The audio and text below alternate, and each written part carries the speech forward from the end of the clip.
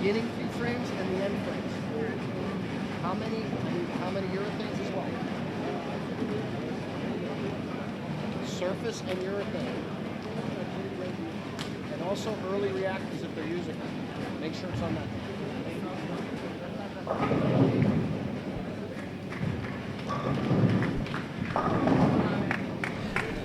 Hi, good afternoon, everybody. Welcome back. Our live coverage of the 2014 World Bowling Men's Championships.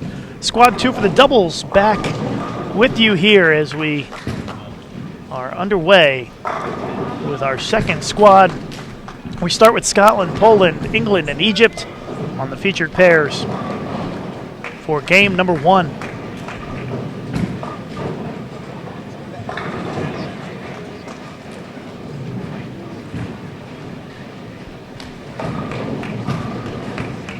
I'm Lucas Wiseman, Bowl TV. Thanks for joining us. You can follow me on Twitter at Lucas_Wiseman. Our standings after the first squad this morning. Finland leading at 27-29. That's a 227.42 average. The United States in second place at 26.67. Malaysia is in third place, 26.62. Fourth place, Korea, 25.84. And we have this squad and one more squad to go a little bit later on today.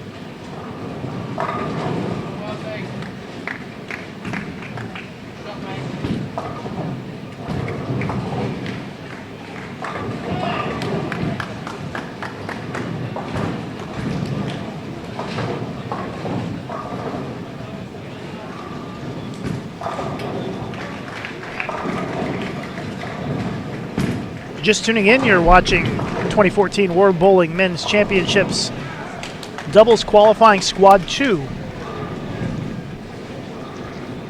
here at the Khalifa International Bowling Center in Abu Dhabi.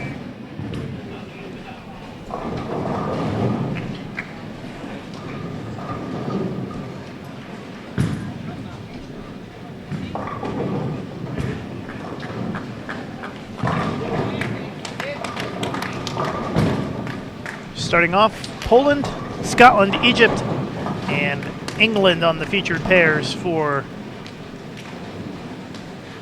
game number 1.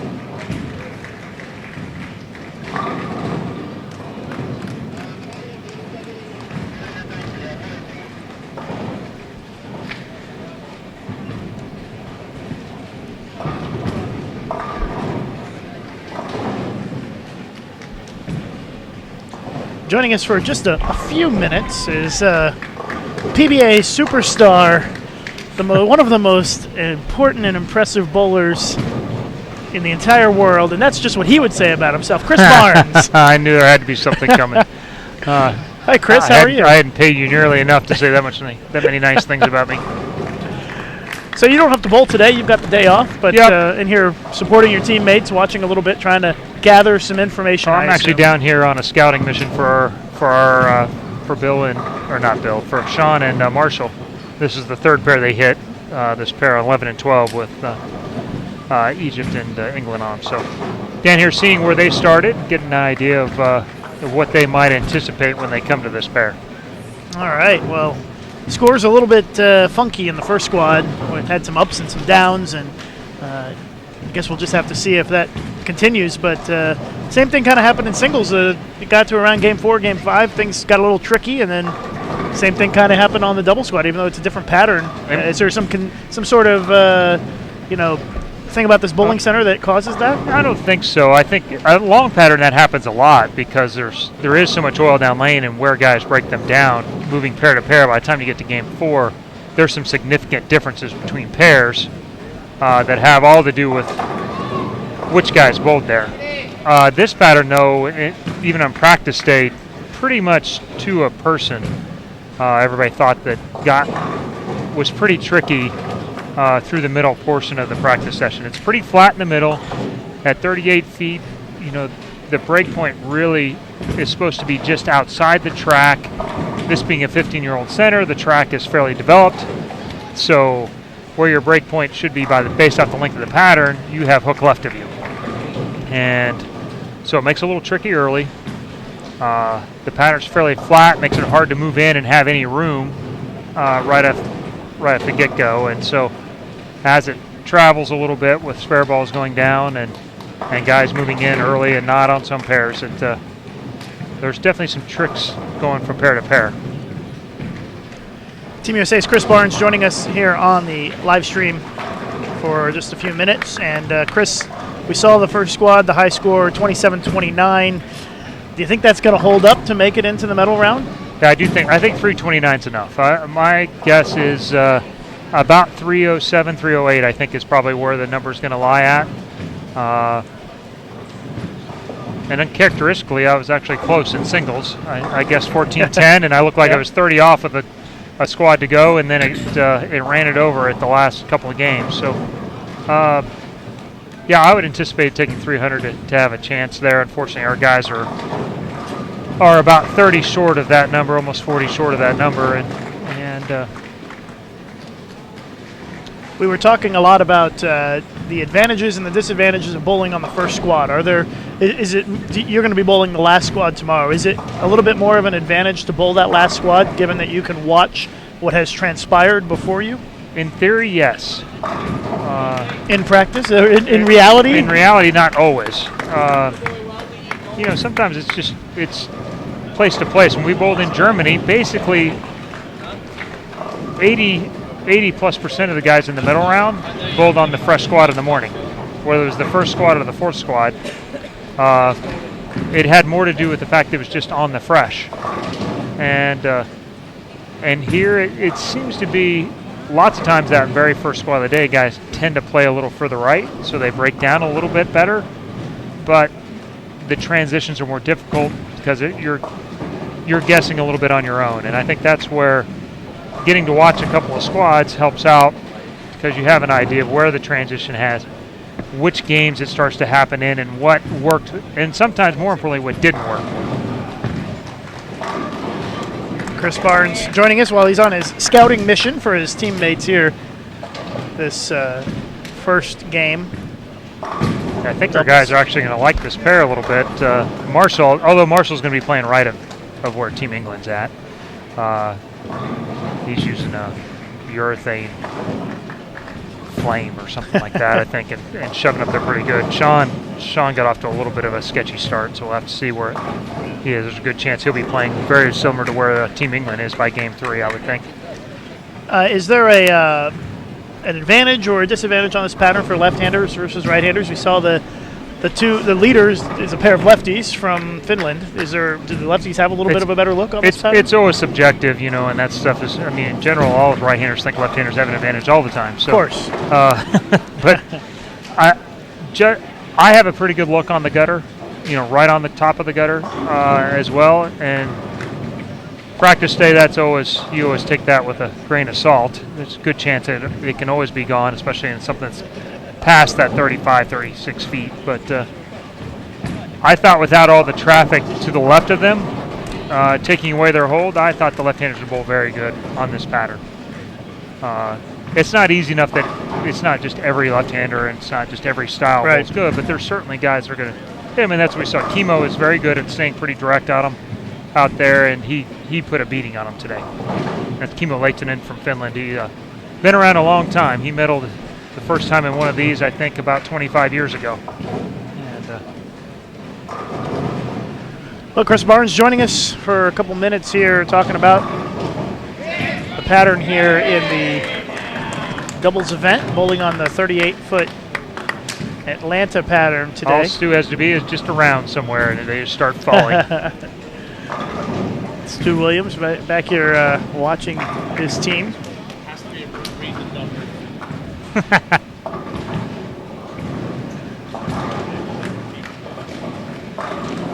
Well, a little bit of a slow start for you guys in the singles event. Didn't exactly light them up on that pattern. Do you have some adjustments in mind for going forward into the trios? On the longer I think guys will make some different choices, and we talked about some of them, but still, people will tend to trust their own instincts a little bit more the first go around, and some of that happened, and I think as a group we'll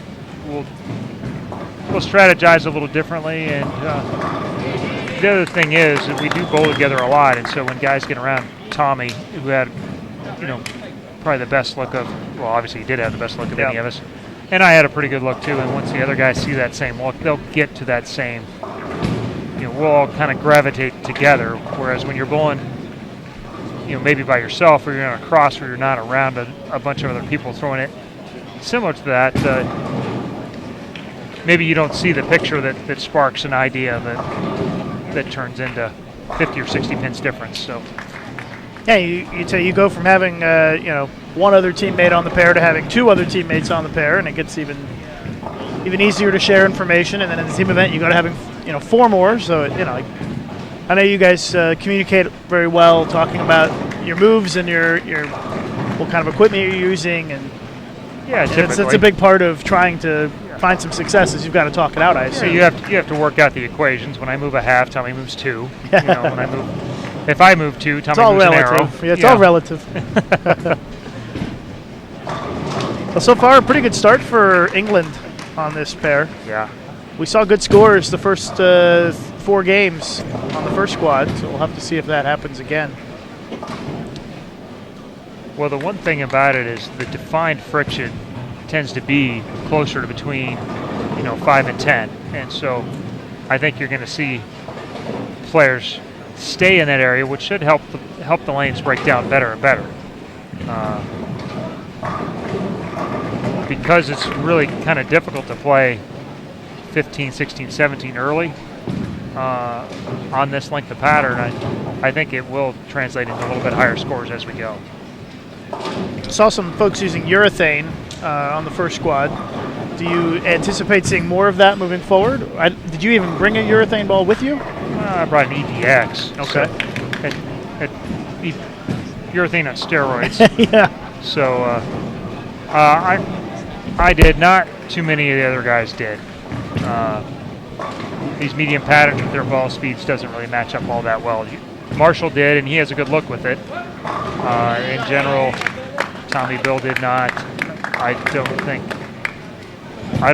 think Fagan might have brought it, but he didn't check it in. So in the end, it wasn't that good for him here. So, and I don't think the leaders really used it either, for the most part. So I don't see it as being a significant advantage. I think it's usable. The Koreans will probably show us how usable. Yep, of course. As they tend to do. And well, given that it's in play, but it's not. Yeah, it's a medium and a long pattern for this championships. If it was a short pattern, it might be a bit different.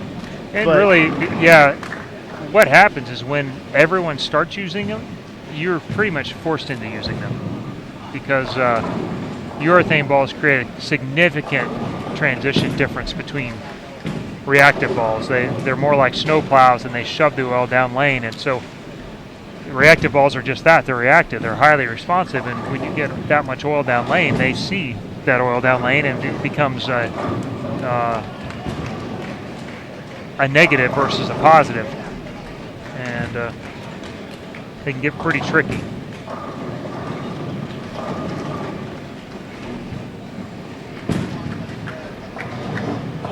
England is off to a pretty good start, playing the lanes pretty well. I didn't watch practice. I assume they threw some more shots up between 5 and 10 probably in practice, and now they've moved in the track because they're not having too much trouble getting it back, and they have a little feed to the spot. And if they'd started there, it probably would have hooked too much now, and they'd been forced further left and not so good. But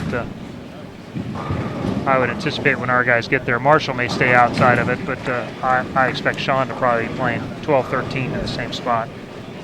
Do you feel like it's important to get off to a good start in the first game, given you get some practice on the pair? It's kind of your best opportunity to have an idea and get set it up for what you want. It's the only one you have a lot of control over. Yeah. On the long especially, I think it's important because the long is pretty hard by itself.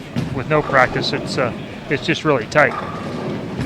But you could see like when Tommy and Dan bowled on the pair in practice by themselves, 10 minutes they turned a board and a half into about 3 pretty quickly, and those guys with 3 boards and not having to go around it a whole lot it's a pretty good recipe for high scores. Dan, 530 for 2, that's an impressive medal round. That is.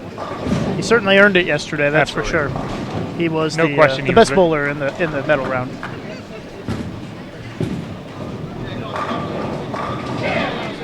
Well, John Wells with another strike, 4 in a row.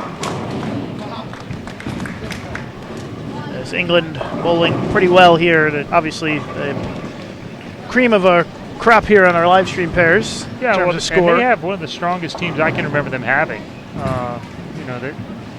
They have a team full of rev rate and of guys who do throw well and are having some success in the World Bowling Tour events, and I actually expected to see a little bit more of a splash out of their players overall than we saw, but there's a lot of time left. I wouldn't be surprised to see a trios or team that they become a factor this week for sure. Well, they've got Stu and Dom bowling for England this year. Yeah, Last year, so if they can overcome that, exactly. they'll be just fine. Last year, Dom did not bowl, but adding him to the team is certainly a fantastic addition because he's such a talented player. you're talking about one of the top 5-8 players in the world, and kind of it played itself out. We redrafted the teams, and he was one of the early draft picks, and it's certainly a difference from a couple of years ago where we were able to draft him in the third round. That's certainly not the case anymore. He was definitely a top 25 guy, and now he's much more of a top 10, top 5 guy. Eric from the Netherlands sending in a tweet, says he's watching the live stream. Big fan of Chris Barnes. Greetings from the Netherlands. So, greetings to you, Hello, Eric. hello. And we are, of course, disappointed as always the Netherlands not here bowling in these championships. A lot of countries missing, but Tough to go back-to-back years like that, and last year was a long trip for most, going to Las Vegas, and but you've been over here for a while now in this part of the world, it haven't only you? seems like forever, actually. Yeah, you came over and you bowled. Tell us what you bowled leading up to this. You bowled a couple tournaments. We bowled the Qatar Open, World Bowling Tour event, and always one of the best paying events of the year on the World Bowling Tour. So how much does that pay for first? $40,000. It's pretty nice. That's one of the higher in the whole world, I think, at this Other point. than the fact that Dom bowled Stu for the title, it's a pretty good event. So. Yeah, so you started in Qatar and then you went over to Saudi, Riyadh right? for Saudi, and they did a lot of remodeling there in that center. Center's looking very good. Another solid prize fund, structured a lot different, paid out day by day. Smaller prize fund, and then an overall one that paid basically double what the 3 day-by-day ones were. So, but total $25,000 first place, and a lot of money in the middle of the prize fund there, which was nice. And I was fortunate, I won day 2 there, and picked up a little bit of money for for the trip. a little Christmas shopping money. Maybe. That's right. And I've been never over here, so I've been over here 2 weeks already, and we got one more week to go. This is actually my first visit to this part of the world, to the Middle East, and I have to say I've been pretty impressed here in the UAE with in Abu Dhabi with what they've got. This bowling center is spectacular. The city is very nice, very a lot of nice restaurants, nice places to visit, and so it's been a real eye-opening trip for me. It's relaxing. It is. I think maybe the best. It's hard to put it into words, but you Everybody's come here, laid back. You're not worried about overly strict or Middle East political concerns. Right. It feels very comfortable here, and it's the area is nice, and it's pretty much nice everywhere. I mean, the country's 43 years old. Yep. They're celebrating National Day/week. Yeah. And it's just it's wealthy. It's a wealthy country, which doesn't hurt anything. Yep. Yeah, it's very nice. It's there's no security issues at all. We feel safe pretty much everywhere we've gone so far, and just enjoyed the visit. And although most of our time is spent in the bowling center, it's a very nice bowling center to spend some time in with marble floors, and it's pretty nice. 15 years old, and this center was done right. Absolutely. There's not hardly anything you would change about this place. It's really. The first time I'd been here, I was here in '97 when they were putting together the effort to bring the World Championships here, and top notch all the way across to what they've done here. To be fair though, too, for all sometimes the U.S. perception of Saudi, I never felt in danger or anything like that there either. It is much stricter, in the way people dress, and then the overall kind of vibe of the country is a little more regimented, but never have I felt unsafe there. And Qatar is somewhere in between the two.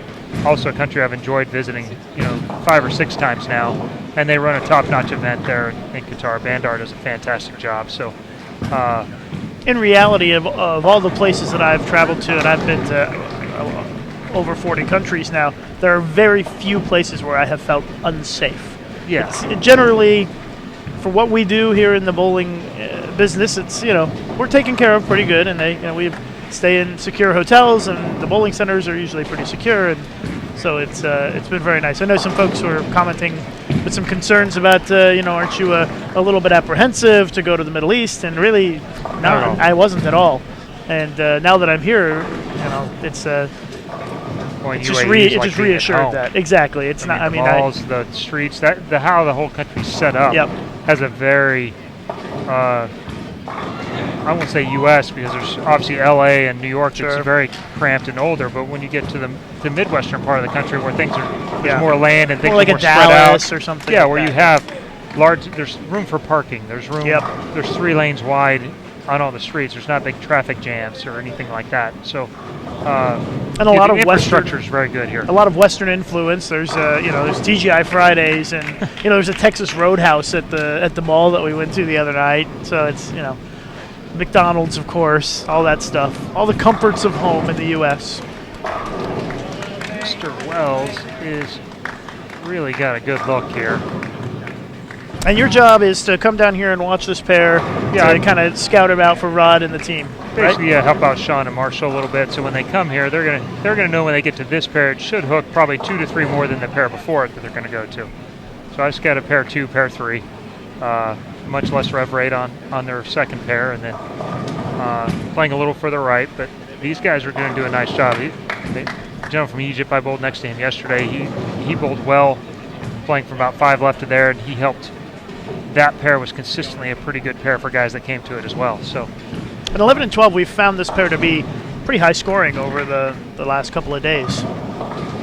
I think we bowled on it. I thought we had the 2 lanes a little bit different, if I remember right. We didn't really kill it, but it was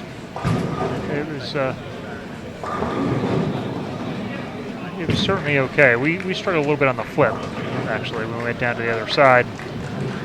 We followed Dom and Stu's starting pair, and so it hooked more naturally, and the 2 lanes were quite a bit different. And this was a bit of a scramble. Tommy survived it better than I did. I turned out to be his guinea pig. But time for me to go down there and probably help out a little bit. I appreciate you having me on. And well, I will tell you one interesting statistic I just found. On the first squad today, left-handers averaged 211.4, right-handers averaged 194.38.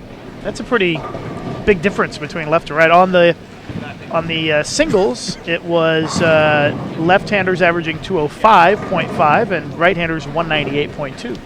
Yeah. But there are far fewer left-handers. Far fewer, and the ones that tend to make their traveling squads are at the upper echelon. Inside of the right-handed numbers, sometimes there's some very low numbers in the very bottom of the standing sheet. There will be probably a dozen that will bowl very poorly. They kind of skew that number downward, but I do think the left will probably outperform the right in general today. I think you'll see probably 2 to 3 teams have at least 1 left-hander in the finals. Out of the 4 in the medal round, hopefully only 1. But I was gonna say, because since we don't have any, but I wouldn't be surprised to see 2 to 3. Not all left-handed teams, like the first one, but I think there might be 1 on a couple of those teams. Choi has a pretty good chance of probably putting a number on him, I think. Choi Bakun from Korea. Yeah, obviously he's established himself as a dominant player on not just the left side of the lane, but just period. Yeah, he may be the best left-handed player in the world, I would say. Right up there. He can make a case for sure. Yeah. There's certainly an argument. It's hard without all the guys there together. Yeah, it gets hard to say it, but he's proven himself in this environment right here, absolutely, to be the dominant left-handed player. Chris Barnes, thanks for joining us. I know you've got to move along, but feel free to come back later if you get bored. All right. Thanks, Chris. Chris Barnes, Team USA member, joining us for a few minutes here on the live stream. Pair's always a treat to have one of the big superstars join us here on live streaming. We had Tim Mack on earlier this morning on the first squad, if you want to go back and listen to that interview with Tim Mack. So we're just finishing up game 1 of 6 on our second squad of doubles qualifying.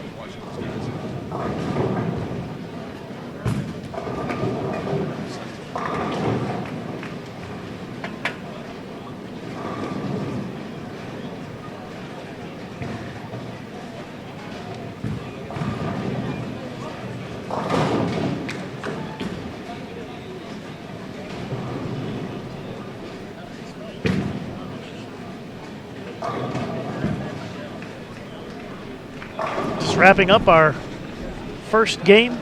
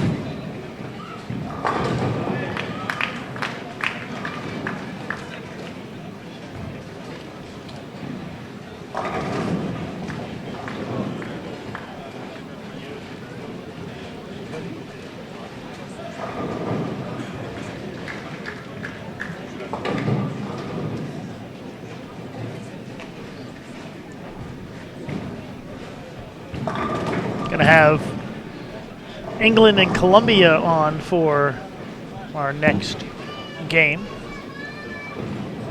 We're going to be on 9 and 10.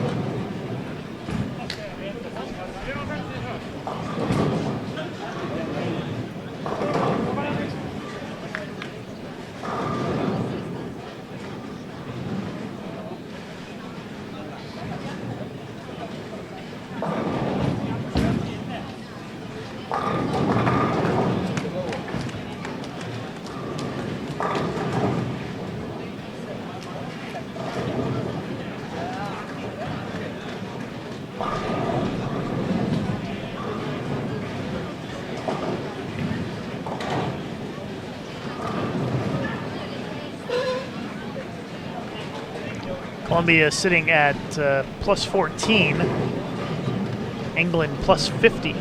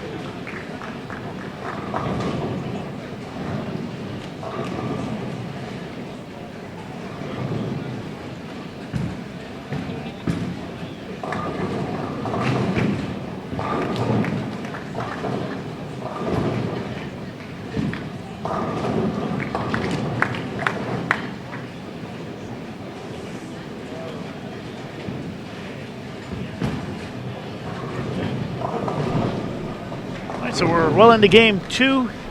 England, Colombia, Poland, and Malaysia on the featured pairs for this game. As soon as we have the updated standings, we will let you know where things stand.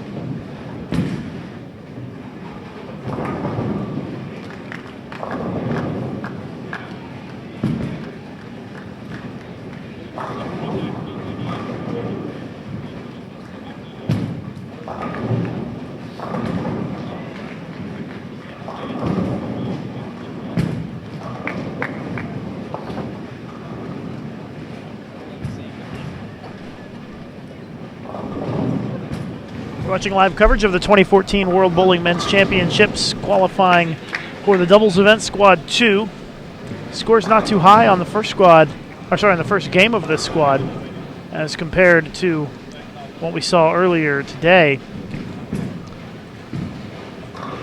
Leading the squad is England, who's still on our featured pairs. John Wells at the front seven right now. Richie Teese just threw his fifth consecutive strike. They shot 450 the first game, and they're on pace to shoot much more than that this game. Australia is second place, 426.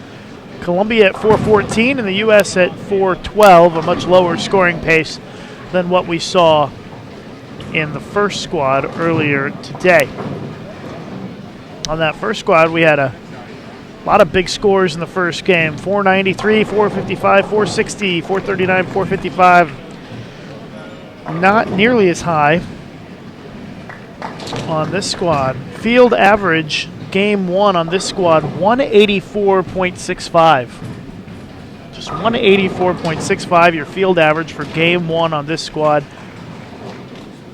That number was 9 pins higher in squad one, 194.64. So that shows you the scoring pace much lower thus far, as John Wells misses and leaves the 610 in the 8th frame. So no 300 game on the featured pairs this time around. We're watching England, Colombia, Poland, and Malaysia this game,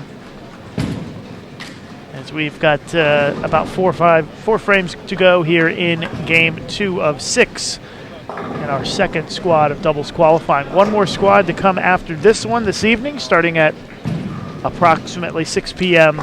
local time here in Abu Dhabi. But we still have 4 games to go after this game wraps up. Appreciate you tuning in here today for our live coverage.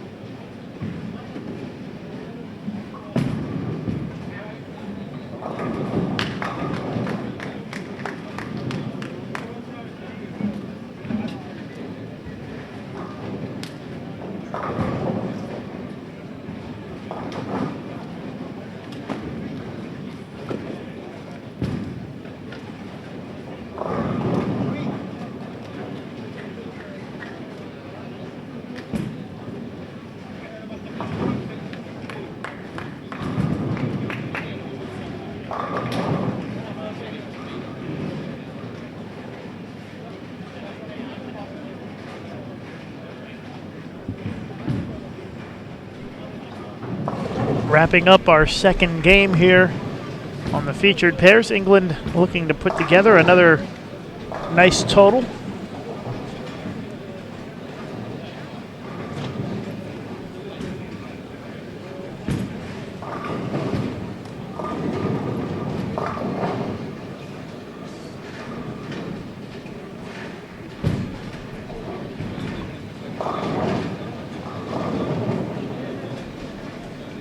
Going to have, looks like Team USA on the featured pairs for the next game.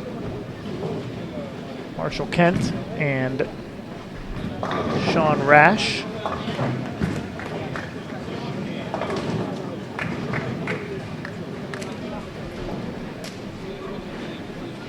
England going to be way over 400 this game. John Wells looks like he'll be in the 250s. And Richie Teese can get to 232.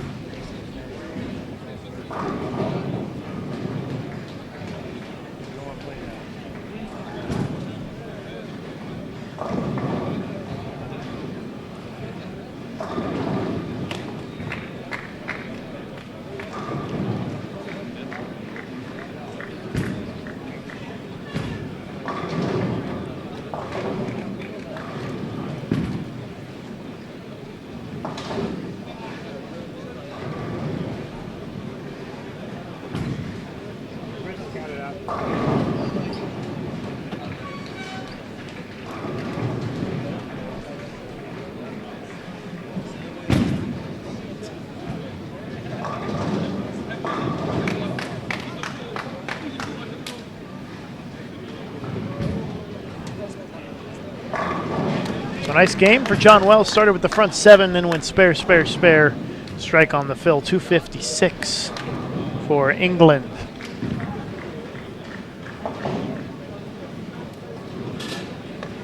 Manuel Otolora, 183, as Colombia struggling a bit this game.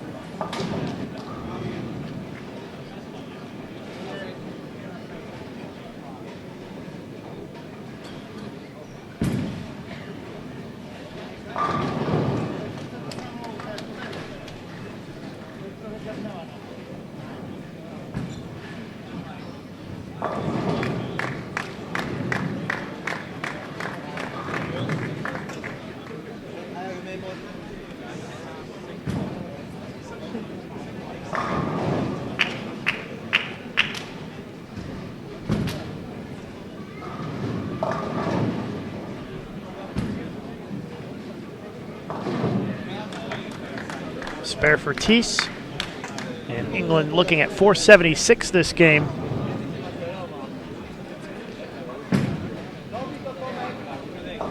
So they will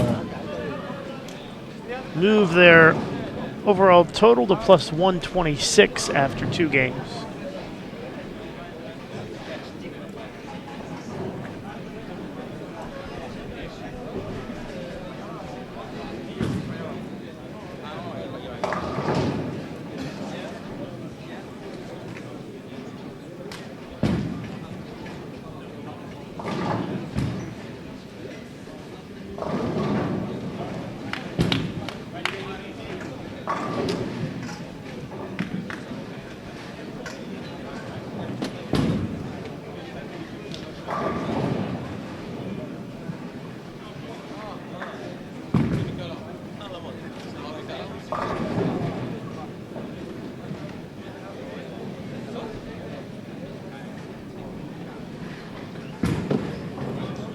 .380 for Colombia on the featured pairs.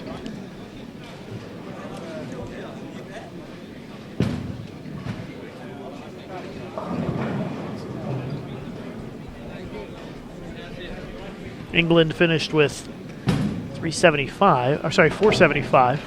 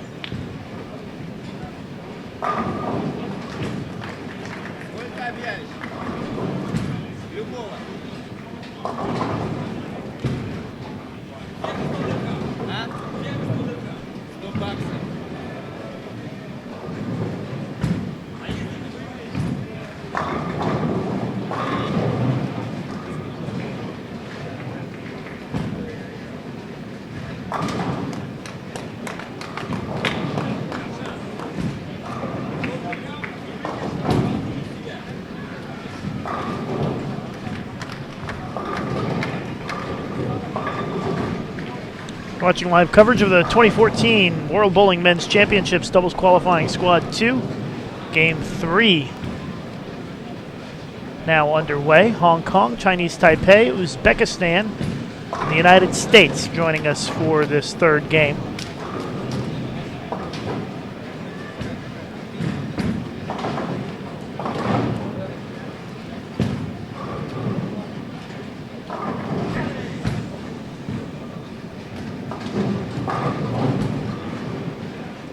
Looks like the standings have been updated. England still leading at 925. Got the United States at 853.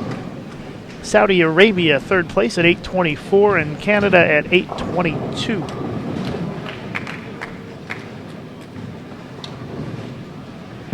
Ranking the teams by average, including the first squad today, shows that England is about 4 pins ahead per game, average-wise, of Finland. England averaging 231.25. Finland averaged 227.42 this morning. And based on average, the United States, which is in second on this squad, would be in 7th overall if they maintain this average over the next 4 games. Find the standings at worldbowling.org or click the link below the video you're watching.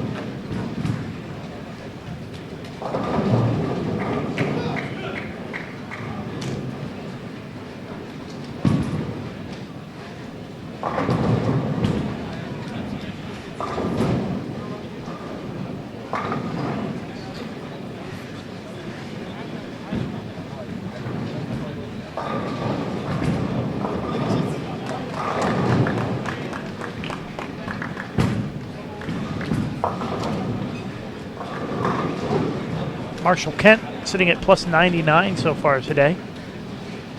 He's really carrying his doubles team. Sean Rash is carefully studying what Marshall's doing. Marshall looks like he's throwing a urethane ball. And Marshall plus 99, Sean Rash minus 46.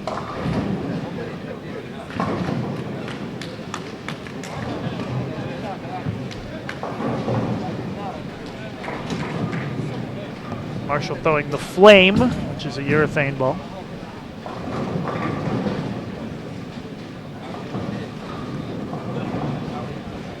Sean Rash trying to figure something out. What he has done the first 2 games doesn't seem to have worked too well.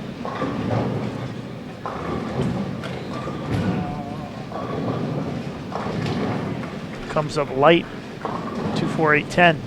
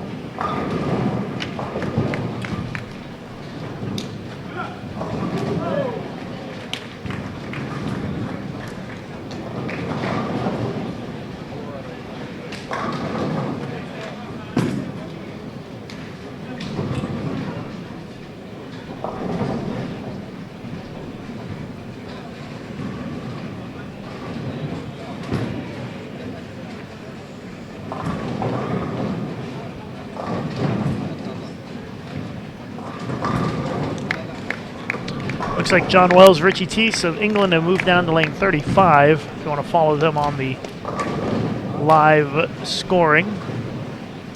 We've got 3 opens already, 3 splits. So they made the big move down to the high end and seem to be struggling a little bit. Marshall Kent, spare double to start this game as he steps up in the 4th on our featured pairs. And he leaves at 3-6-10. Chinese Taipei, Hong Kong, US, and Uzbekistan on our featured pairs here in game number 3.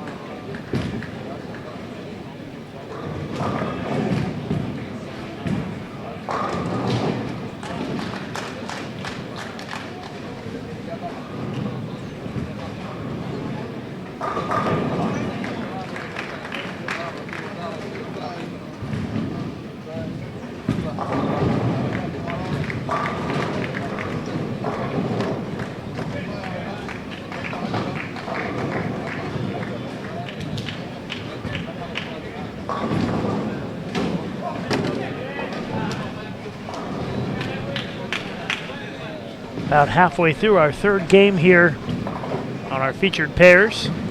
9, 10, 11, 12 if you're following along on the live scoring.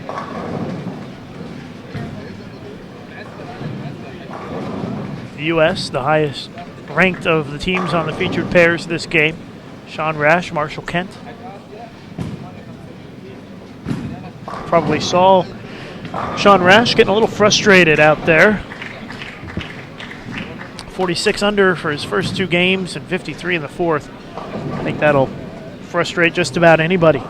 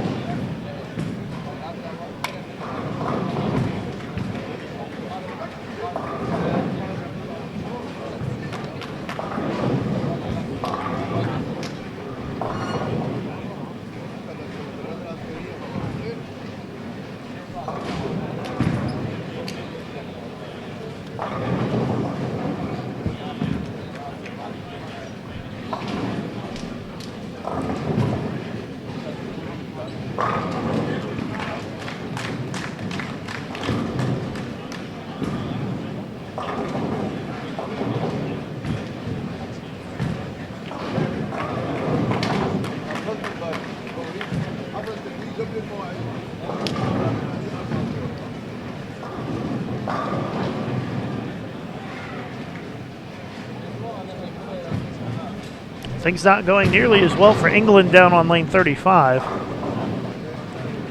As John Wells 130 in the seventh with an open frame. And Richie Teese 92 in the sixth, spare in the seventh.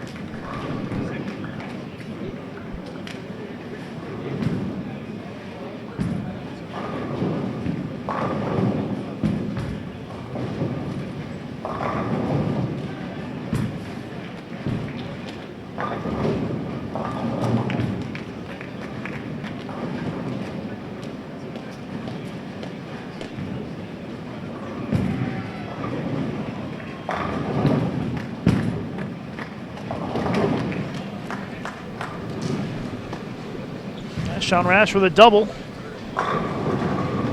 Maybe things looking up for him after it's been a rough couple of games here for him.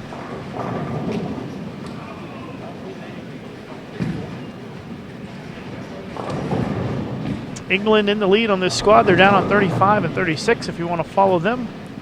Looks like 19 and 20 is our most popular pair on the live scoring right now, and that is Sweden. So all the Swedes are up, paying attention to the live scoring, hopefully watching the live streaming. Not sure if we're going to have Sweden on the featured pairs or not. We'll take a look. Looks like they skip over us today on this squad. So we won't have Sweden on today, but maybe next squad.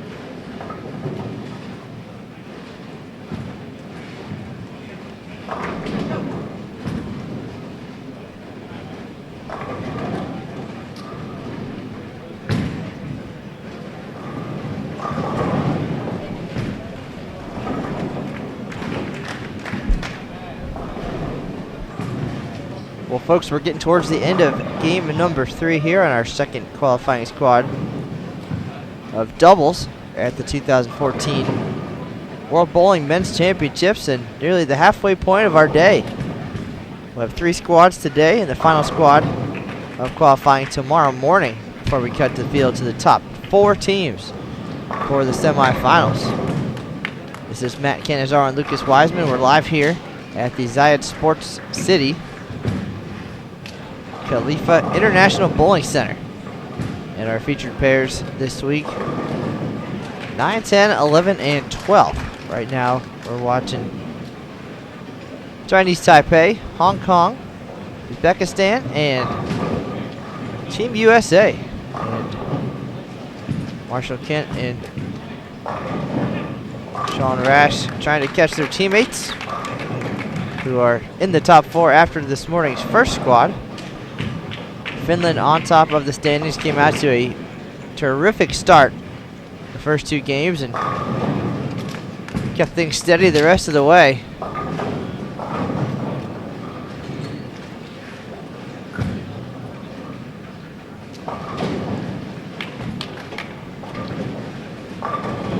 Leading score after the first squad, 27-29. And again, Team USA second at 26-67, so a nice gap there for Finland. Gotta feel pretty good after that performance. Again, after 4 squads over 2 days, the top 4 will advance. Malaysia was third at 26-62, and Korea fourth at 25-84. And scores a little bit lower on this squad so far. Again, we're in game number 3 of 6. And today we're bowling on the 38-foot Atlanta pattern. Considered a medium pattern by World Bowling. The other option this week, 43-foot Tokyo, which is our long pattern. Singles was contested on Tokyo. And then trios and team will be 3 games on each pattern. So a true test of versatility here for these players. Each event only 6 games, so you really have to make quick decisions. Come in with a game plan, get lined up quickly. Marshall Kent lined up today. He is plus 99 through 2 games. Shot 277 in game 2. I did personally catch part of game number 1, and I could have been a little bit more than 220. Had a miscue about the 9th frame and open there. But setting the pace here for his team. If you want to check out any of the standings or final results from singles, you can visit worldbowling.org, and it has all kinds of good details and notes for you. You can also find a link to live scoring. We are in a 40-lane center here, and while we're only behind 2 pairs, you can see how all of your favorite players are doing across the house. We're actually using it as a tool here in the booth to be able to keep track of teams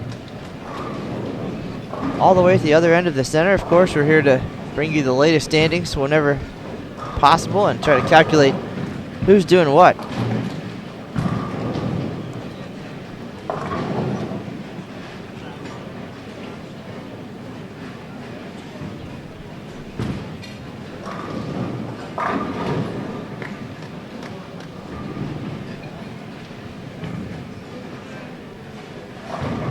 We'll have 3 more games of this second squad. Take a break. Lanes will be re-oiled, and then our final squad of the day will take the lanes later this afternoon. We do appreciate everybody stopping by and sharing a part of your day with us.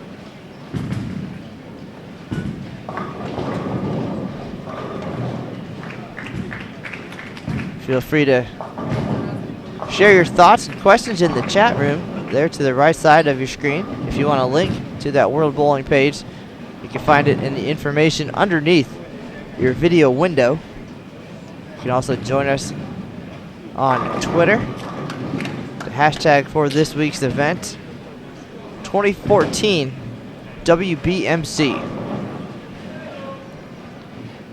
A lot of great discussion going on there. Feel free to send a shout out or questions to us or to your favorite players. You can also find us individually on Twitter at USBC Matt and Lucas_Wiseman.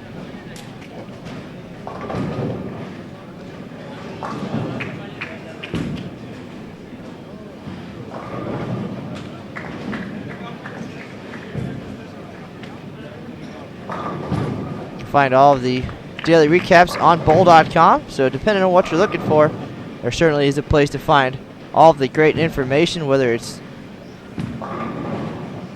daily results, standings, live coverage.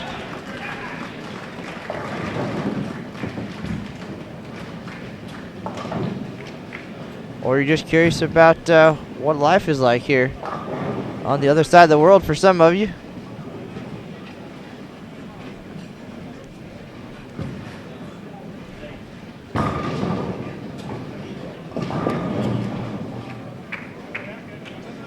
So Marshall Kent leaves the 7-pin on lane 11. He'll be in the 230s.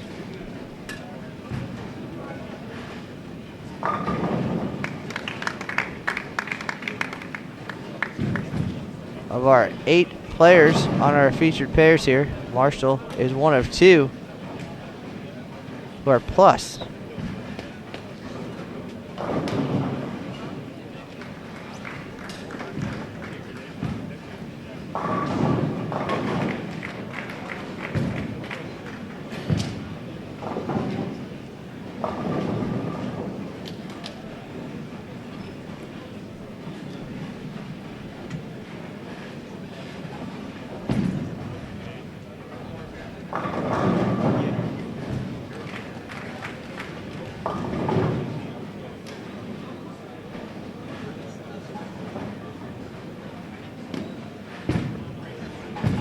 Game 1 average on this second squad was about 10 pins lower than on the opening squad, or correct. And then game 2 kind of caught back up.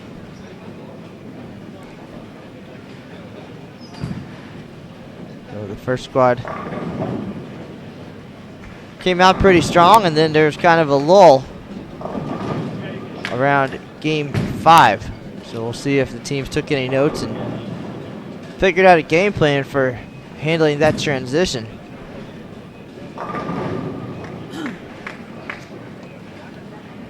This 38-foot pattern doesn't seem to be bothering Marshall Kent here. See his shot, 733 for his first 3 games today.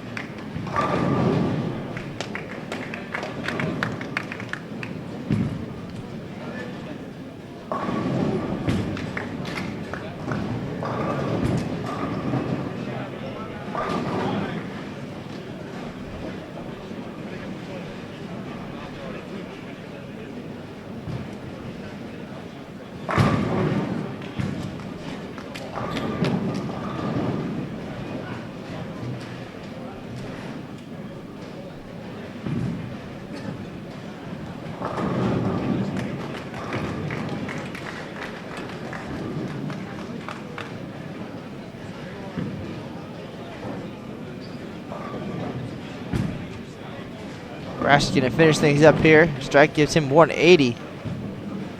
And then he'll be minus 66 for his first 3 games.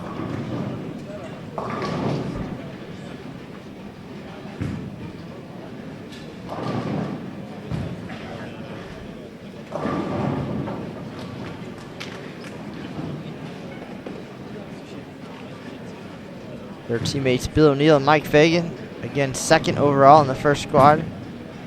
26-67.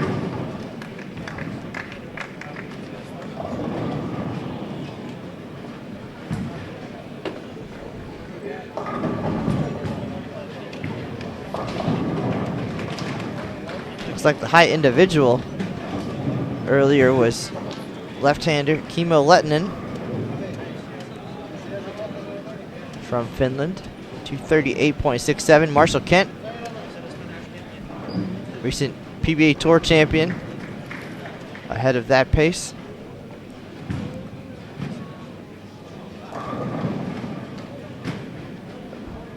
Everybody on the move here now. Game 3 is complete.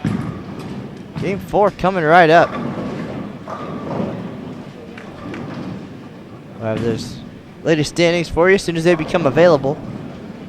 We appreciate everybody joining us. You're watching live coverage of the 2014 World Bowling Men's Championships.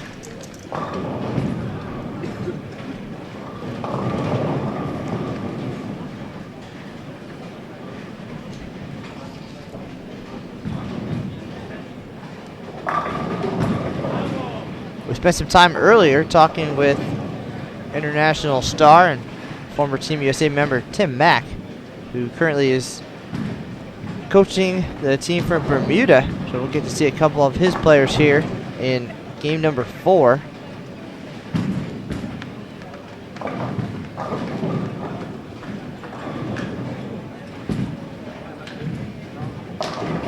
Looks like Bermuda and Canada here on 11 and 12.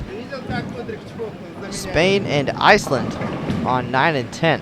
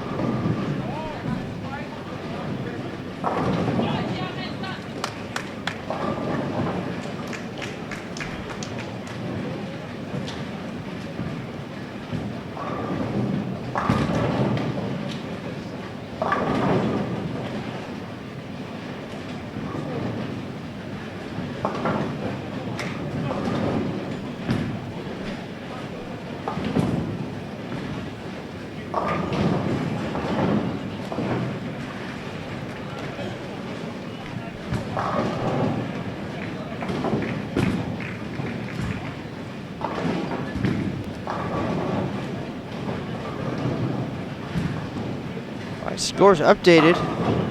Squad 2 through 3 games. England on top, John Wells and Richie Teese. 1295.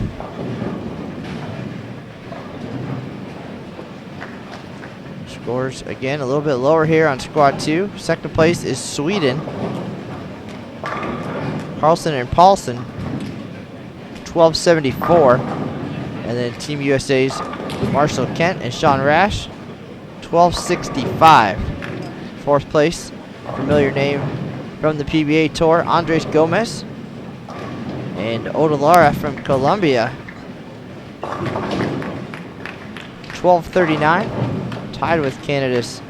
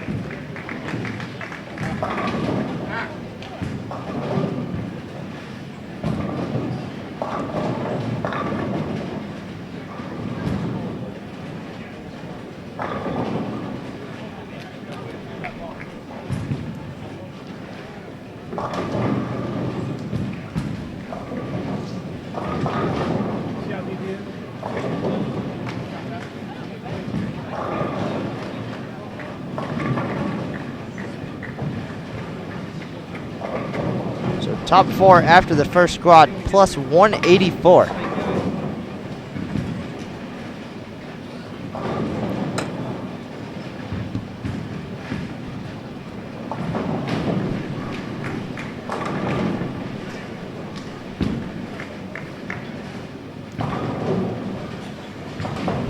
right, folks, looks like we have a celebrity in the booth today. It is singles gold medalist Dan Mlelen. Welcome.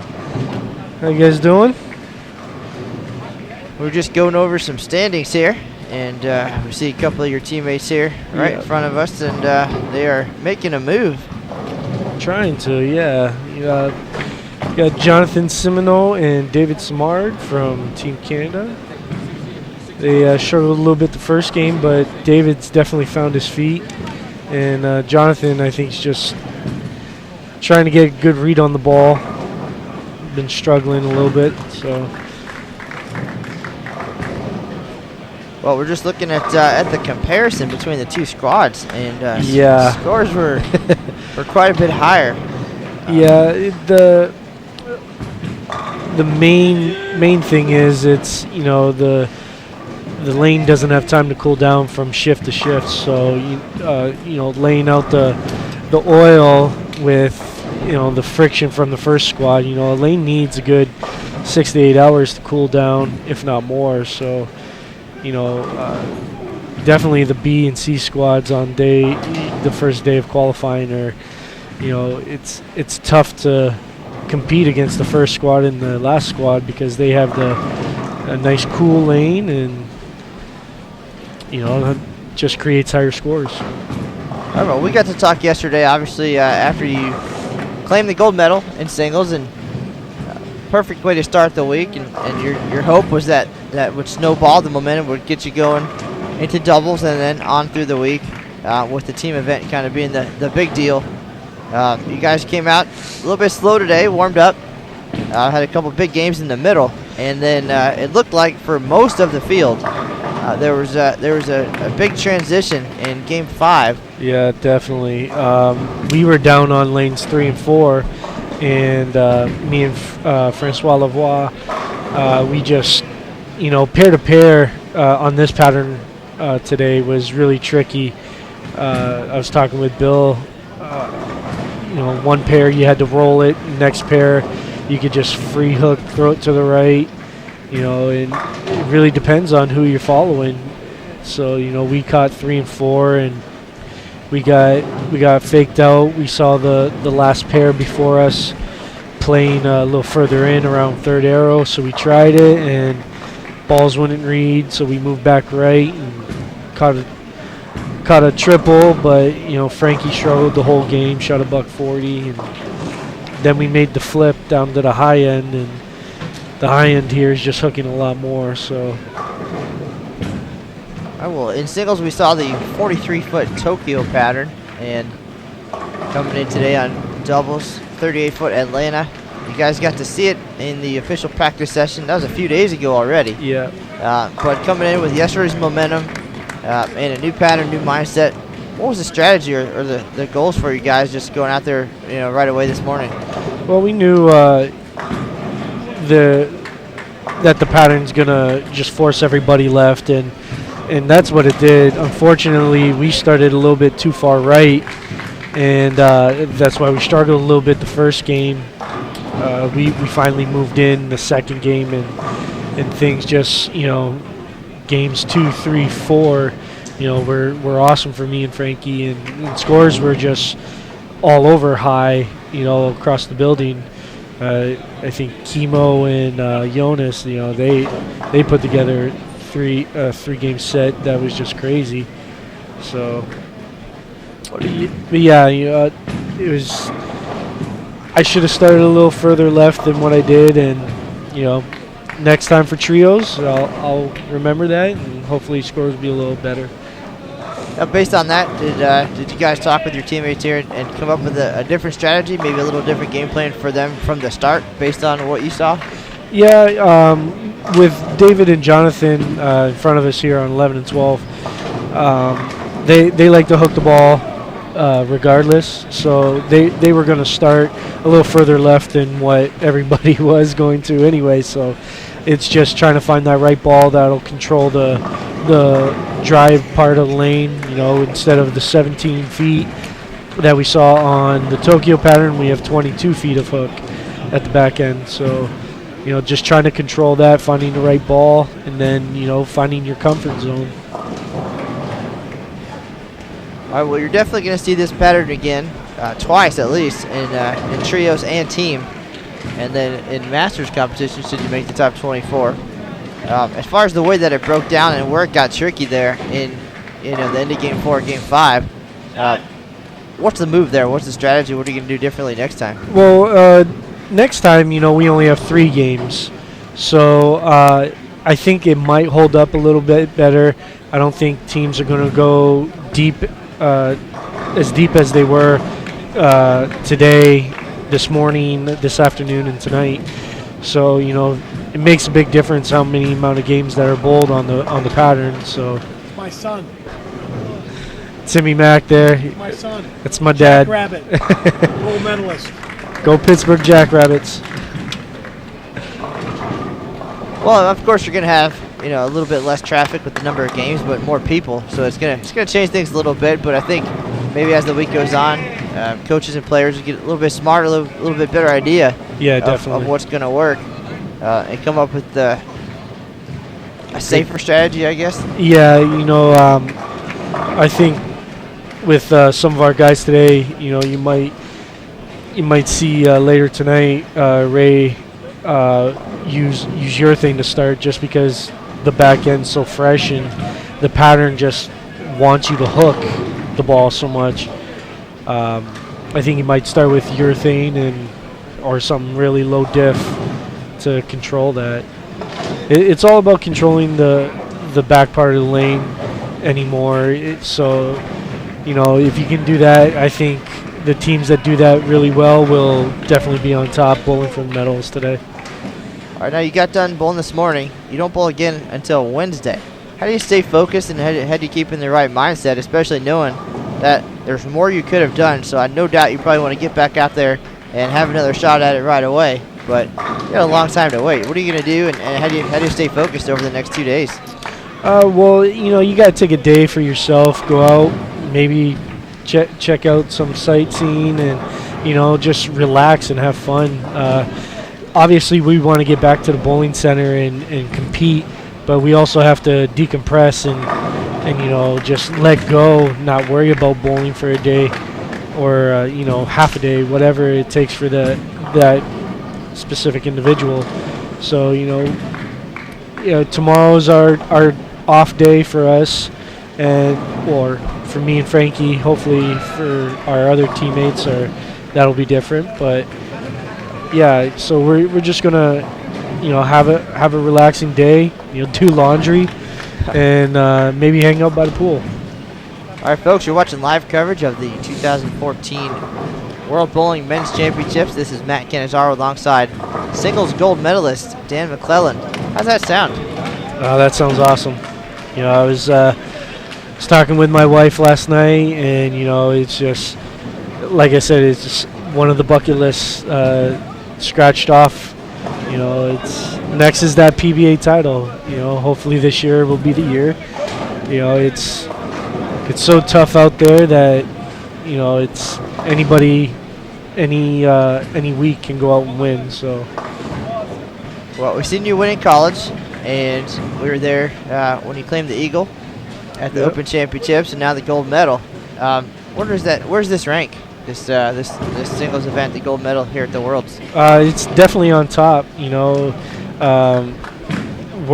It's the World Championships. It's the biggest stage that we have. You rank yourself off of this, and I'm not going to say I'm the best in the world, but I'm in that top category. I proved myself yesterday. And all I can do is just go out there and try and have a performance like I did yesterday in the singles event. Every time I go out, just mentally take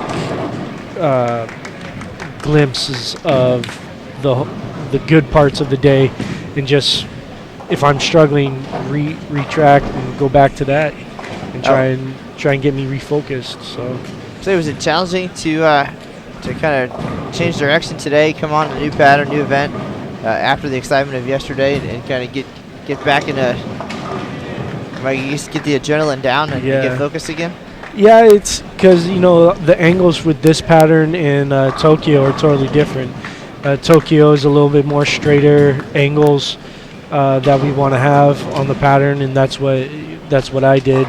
And today it's more, you could say, league bowling angles. You can throw it to the right and it's going to recover. It's just matching up the right ball, right layout, right surface. So you you carry when you go a little bit further right, and if you tug it, it'll hold off a little bit. All right, folks, you're listening to Matt Cannizzaro and Dan Mlelen. If you have any questions for us or any thoughts, feel free to join us in the chat room here on Bowl TV, or find us on Twitter, the official tournament hashtag 2014 WBMC. That's 2014 WBMC. Glad to answer any of your questions, and feel free to give a shout out. But Dan will be here for a few minutes, and I'm sure I'll be glad to give you some insight into what it's like in front of the cameras on the lanes here at the World Championships. We can only speculate so much from back here. Yeah, if you guys got any questions, tweet us. I'll try and do my best to answer the questions. So I hope you guys are enjoying the coverage. I always think it's awesome that Lucas comes out and USBC does this. It's great for the bowling world. You get to see different styles of bowlers, and just great competition all around. Well, we do appreciate the support, and of course from the bowlers and everybody at home around the world. We're at 816 right now, so we do appreciate everybody sharing part of your day with us.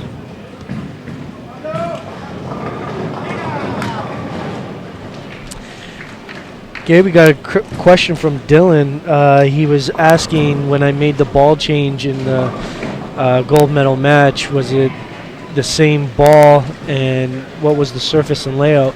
Yes, it was the same ball. I used the LX16 most of the day except for game one, and the one I was using in the semifinal was a pin down with a hole, and the lanes were just a little bit tighter down the lane, so I was trying to burn a spot with a pin-up LX16, and it had 1,000 grit on it, and after the third frame, when I didn't see the ball react the way I wanted to, I was like, I was throwing quite a few strikes just trying to burn a line, so I was like, move right and just try and do what you're doing when you're in practice, and I was fortunate enough to do that, and, came away with gold. Had to throw back 9 strikes to do it.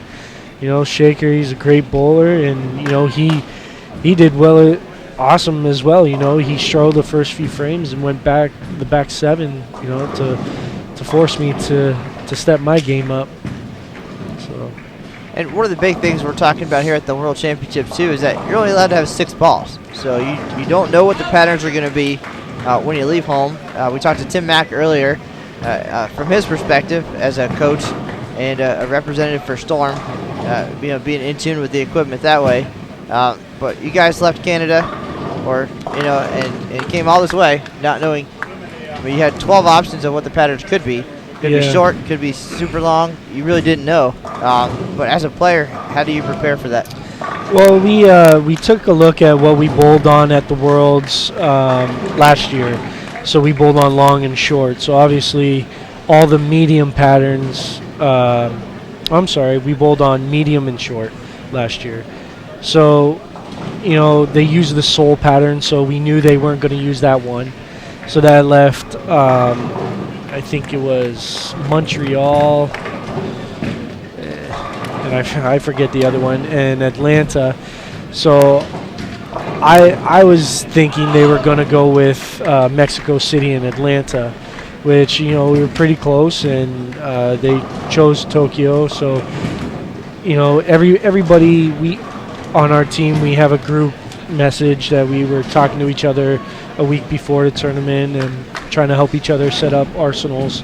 And I don't doubt that most of the teams here do the same thing. You got to try and take 6 balls, or even 5, in some cases. I have a plastic ball this week, so I have 5 balls to cover 2 patterns, and I was fortunate enough to choose right, and I have three balls on each pattern that I can use, which makes it very very easy to make ball choices when you have a little bit more to choose from than just 1 or 2.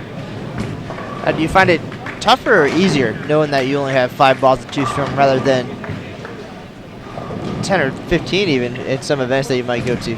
Yeah, I actually think it's easier because you don't have too many choices. You got you're limited, and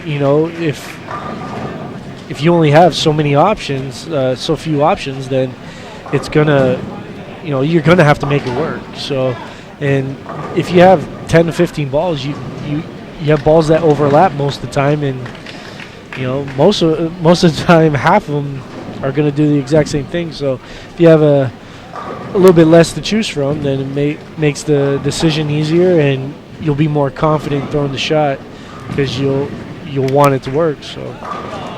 And did you take advantage of being able to adjust the surface in between games at all? Oh, definitely.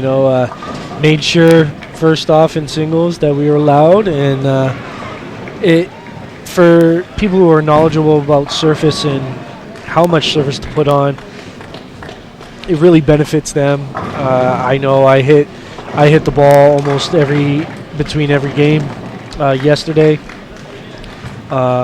Today as well, struggled at the end, but if it's going to give you that advantage, then maybe the bowlers need to brush up on that type of knowledge of the game, because if they're going to allow us to, then you're going to have to get really good at it, because obviously Team USA, ourselves, Team Canada, Team Sweden, Team Finland, all the powerhouse teams, they make surface changes between the matches, or between games, sorry.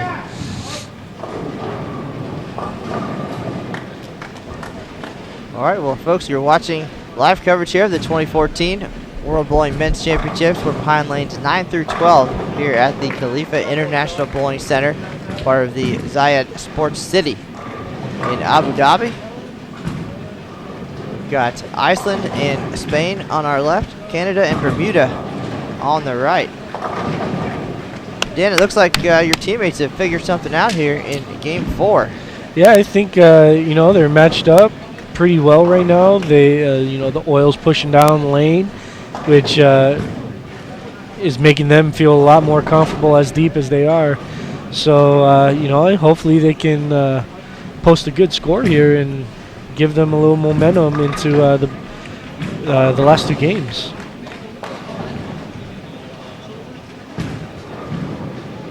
All right, now we're getting close to that tricky spot that we saw on the first squad. Again, this squad's playing a little bit differently. Score's a little bit lower, but Game 4 score 206.91, and Game 5 dropped all the way to 191.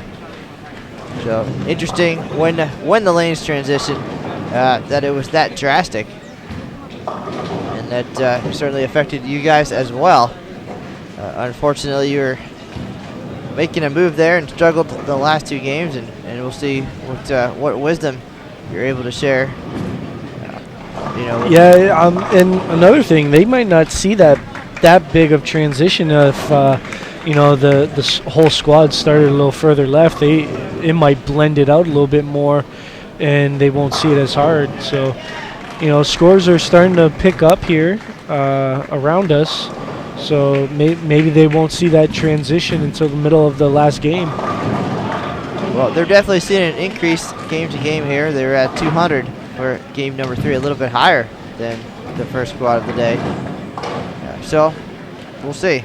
Again, different players, different decisions. Yes. I guess the first squad sometimes, we talk about it being a little bit of a guinea pig type squad where you're going out there and just trying different things and trying to make the right decisions once the lights come on. Even different ball surfaces and lines and different ideas. In a game type situation to see how that will work, and then that changes your strategy the rest of the way. So interesting at how it all works out, and then I guess in the ideal world everybody'd bowl in the same squad in a giant bowling center, but yeah, we need a 120, 130 lane center to do that. Maybe even more. We're about wall to wall here. I got a couple pairs down. Yep. Just in case. 40 lanes here and 4 squads. And originally it was going to actually probably be 5, so they cut off 1 squad, save a little time. Yeah. But 3 squads today, 1 squad tomorrow. Then we'll cut down to the top 4 for the exciting semifinals. Right now, Game 4 of doubles. getting down to the final frames here. Appreciate everybody stopping by.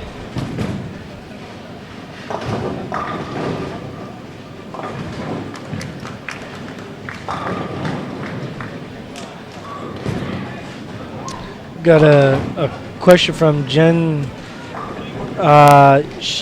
They asked, can you polish a ball between games given enough time? Yes, it's any type of alteration to the surface of the bowling ball. Obviously, it'd be tough to jump to the pro shop in between games. But yeah, if you had enough time, you could definitely shine the ball up if you needed to. All right, some good questions coming in from the folks at home, and we've got the experts in the booth here. Well, an expert, and I'm here to facilitate, but certainly ask Dan if you have any questions.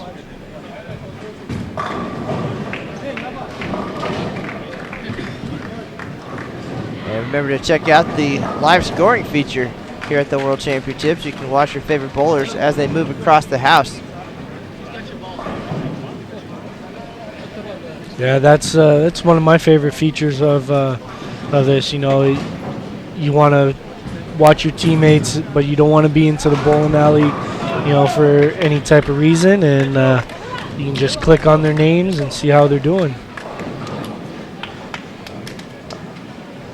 Well, again, you guys are only bowling at most 6 games a day, and a lot of downtime and free time here. I'm sure the World Championships is more than just an event. It's an experience for you guys, and possibly for some, once in a lifetime. You're a world traveler. You've been to many events. Do you have a favorite place so far? One of my favorite places I like to go to is Thailand. It's a great tournament.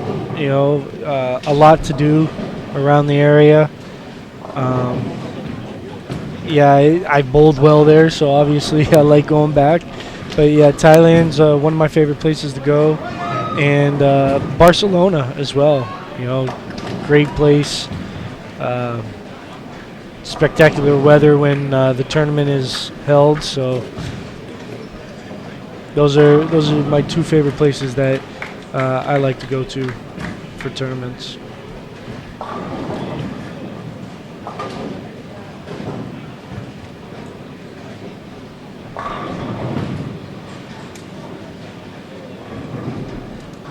Getting close to the end of game 4 here. Scores look a little higher than what they have been.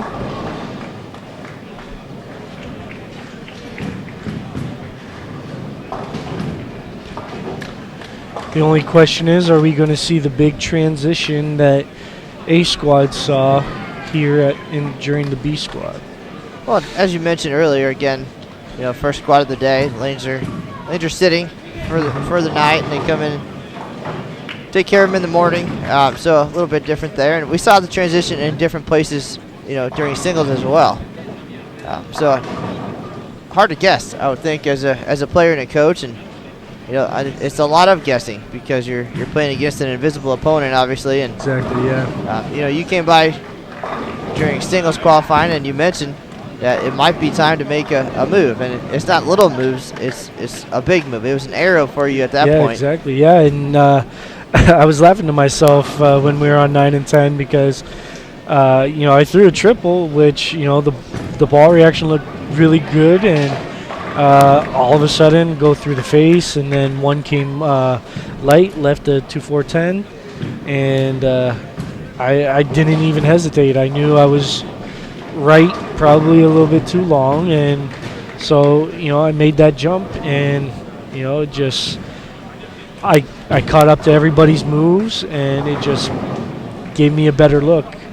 So sometimes, obviously, the transition is gradual, and you can chase it a little bit, and sometimes maybe you're not quite there, and you have to be brave, make a move, and either you look brilliant or it's a disaster. And I think in your case, of course, it's more the first part, looking brilliant more so. Well, being as experienced as a lot of the bowlers here, like Team USA, all the PBA guys, myself being on tour, we can't be afraid to make those moves. You don't want to think to yourself, what if? If you don't try it, then you never know.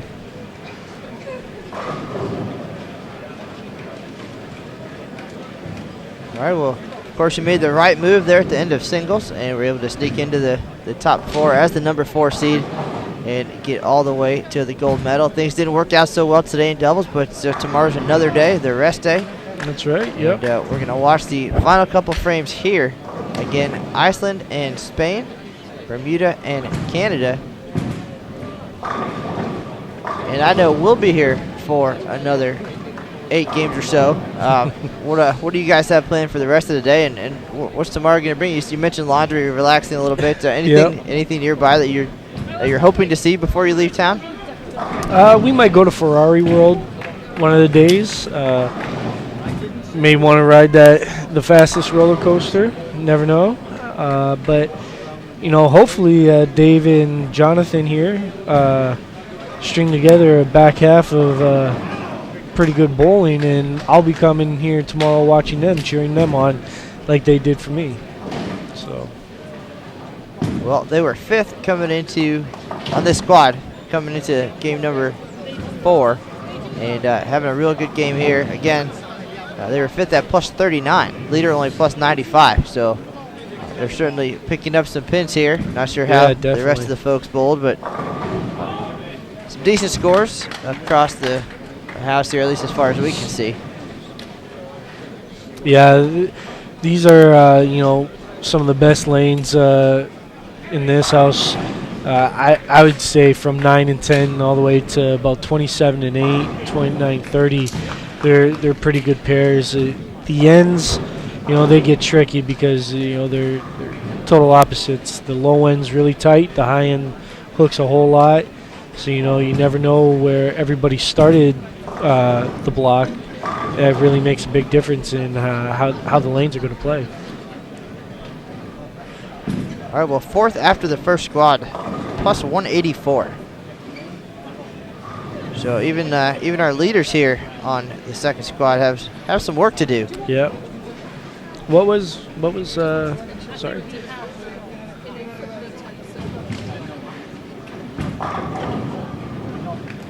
Okay. Yeah, Bill and Mike came back a long ways. Bill was struggling early on, and he told me that Mike gave him a couple things that he thought was going on with him, and obviously it helped out. Well, that's very important and crucial at this level.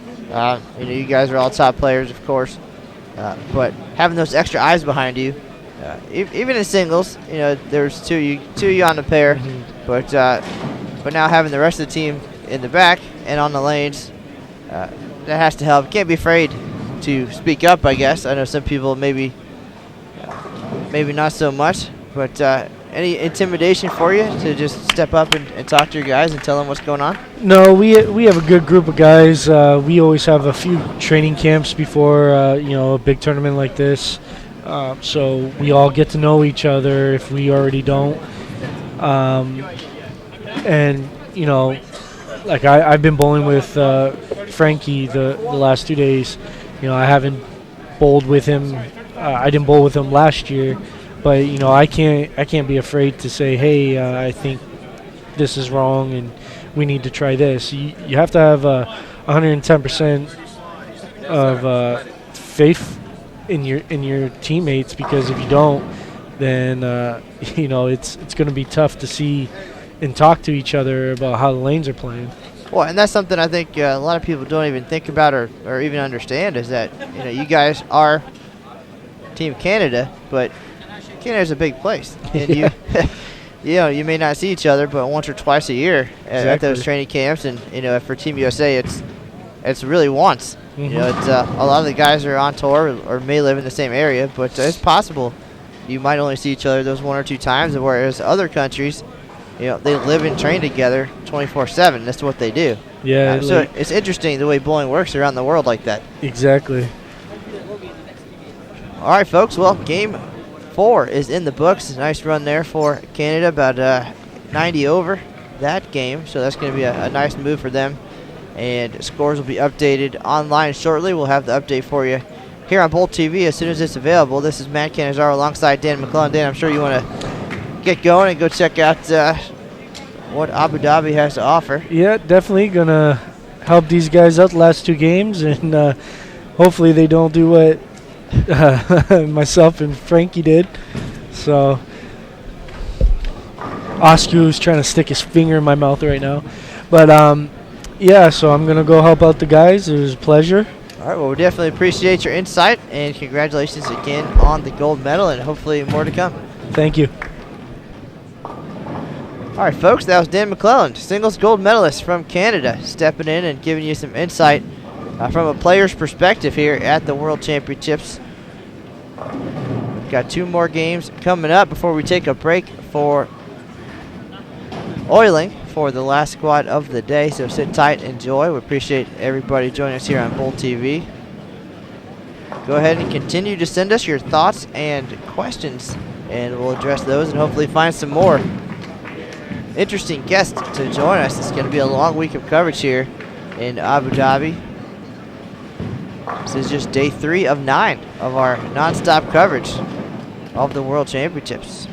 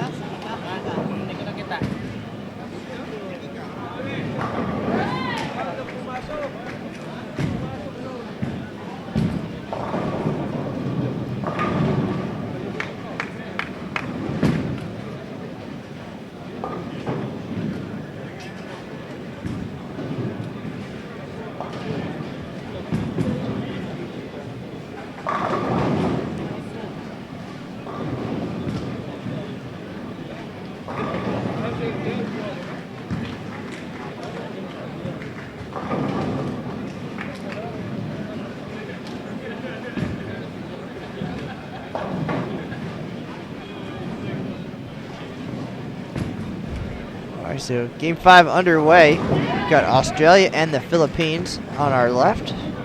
And the local team, United Arab Emirates and Wales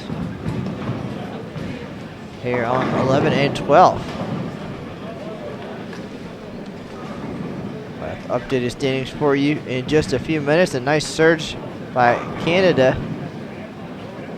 I believe Colombia had a pretty spectacular game as well. They were actually tied for 4th on this squad after 3 games. So again, we'll have that update for you momentarily. You can check out worldbowling.org for standings, live scoring, and more details. Daily recaps on bowl.com. And of course, you can find us on Facebook and Twitter. Hashtag for this week's events, 2014 WBMC.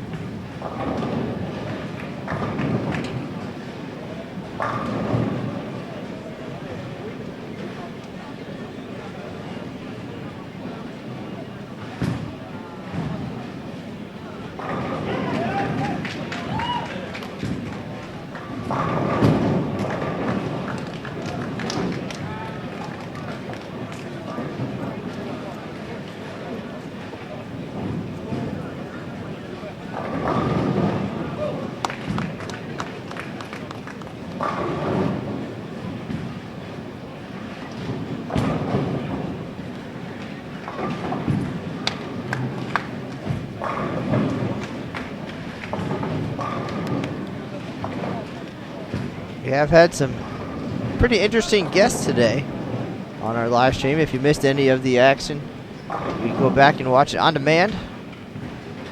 Bowl.com/BowlTV.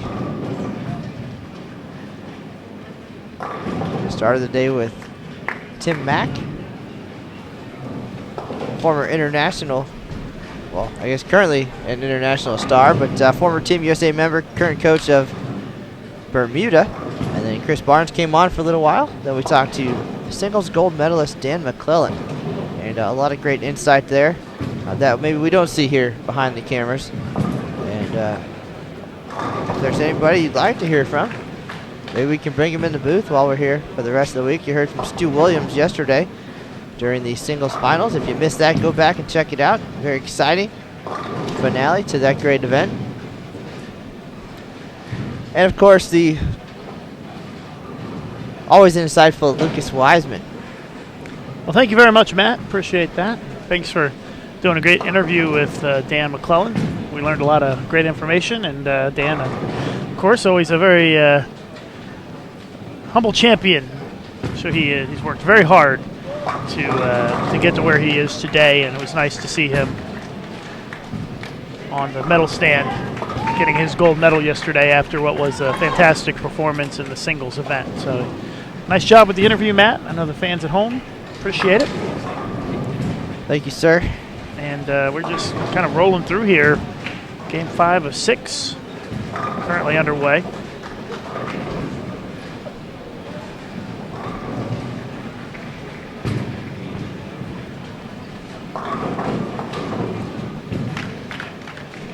Got the bright TV lights of the Bold TV live stream.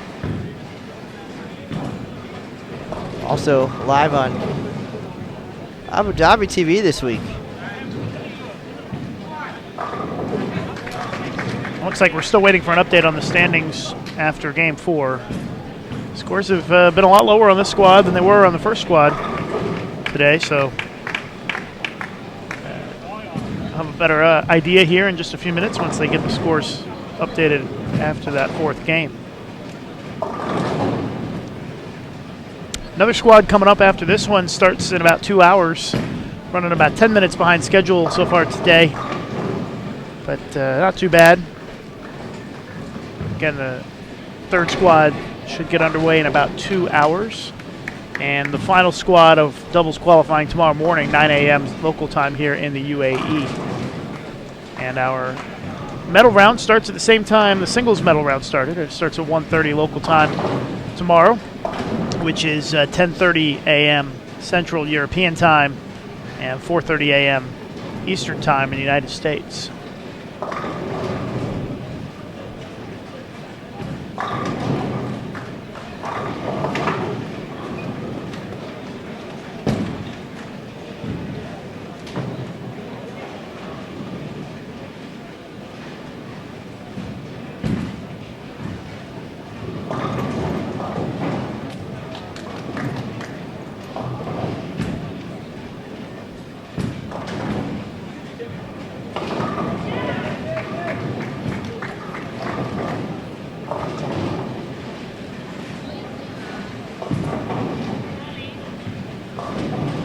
Did just get word in from the International Olympic Committee about half an hour ago that they're having a meeting right now, and it's an IOC session, and recommendation 10 was approved unanimously, and that is to move from a sport-based to an event-based program. And the summary of that basically is that it is positive for bowling's chances to get in the Olympics. It means that there's no longer a cap on the number of sports that can be involved in the Olympics. And it sounds like it will be more of a cap on the number of athletes that can compete in an Olympics. So that means that while the number of athletes may not go up, it means that some disciplines of other sports may be lowered to lower the number of athletes in those particular sports to allow for athletes in other sports to compete. So it's a lot to take in, but the bottom line is it's good news for bowling. It's something that Kevin Dornberger had been watching and monitoring, and it just came in about 40 minutes ago that was a positive development in bowling's quest to get into the Olympics. And if you want an update on the Olympic effort by World Bowling President Kevin Dornberger, there's a 25-minute speech that he gave at youtube.com/World Bowling. There's also highlight videos there as well. You can watch some highlight videos from the first 3 days From the of meeting? competition. Oh. But yeah, that's youtube.com/World Bowling. Of course, don't watch now because you're watching live streaming. But The basic summary of Dornberger's efforts is that for bowling to be treated like a sport, we need to act like athletes and train like athletes, and as we do here in the live stream booth, focus on nutrition like athletes as well.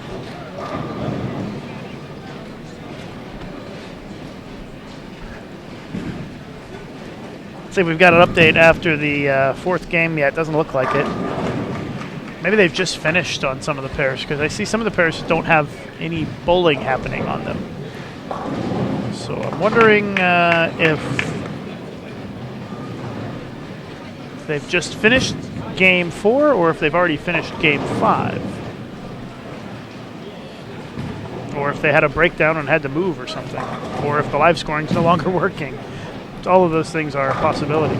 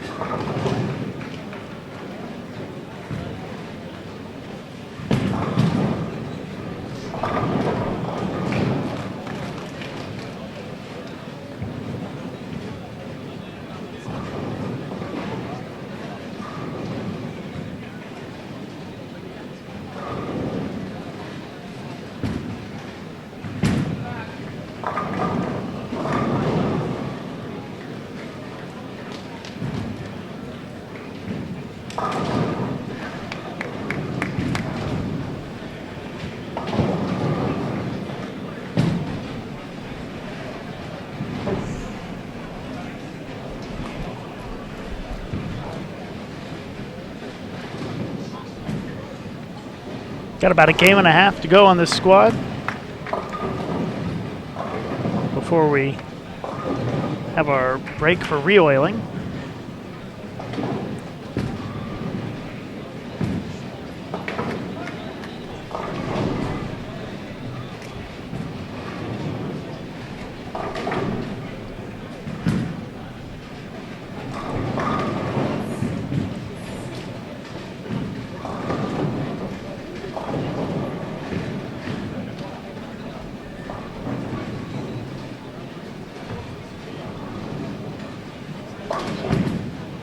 Watching Philippines, Australia, UAE, and Wales.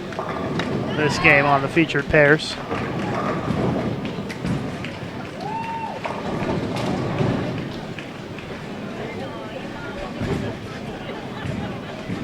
I'm going to guess there's a problem somewhere that's slowed things down. It looks like it's 27 and 28. Must have had a breakdown because they are still in game 4 and still have 2 frames to go. So that's what's causing the delay in the standings.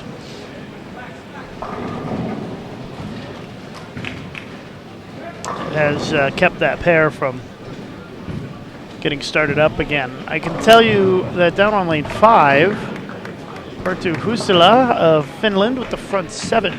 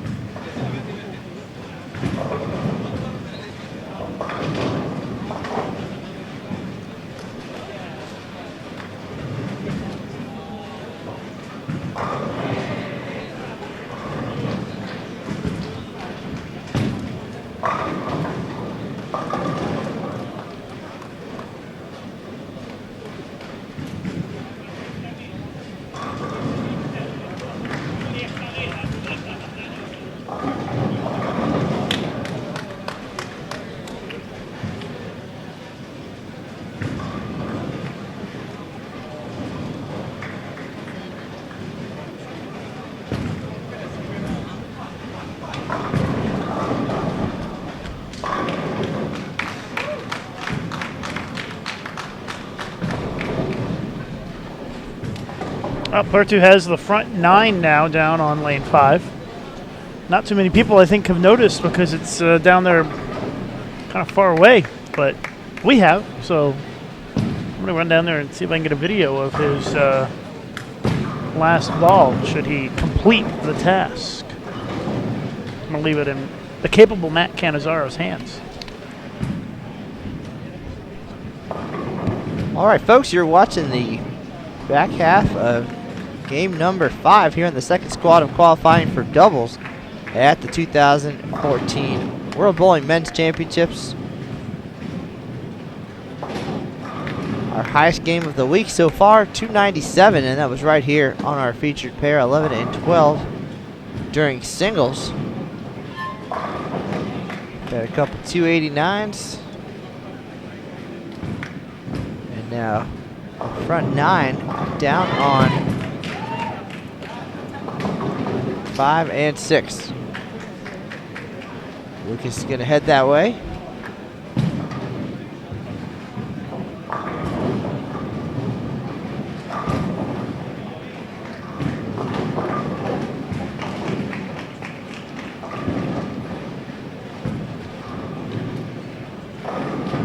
Right now you're watching Australia, Philippines, UAE, and Wales on our featured pairs.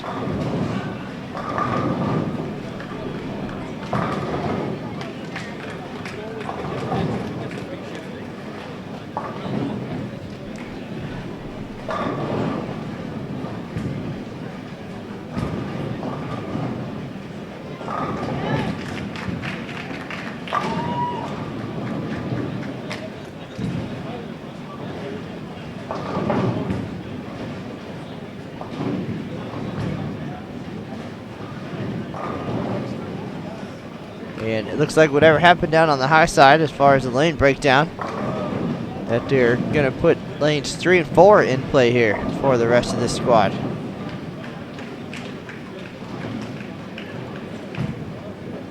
So some folks moving that way. It's going to cause a little bit of a delay, of course.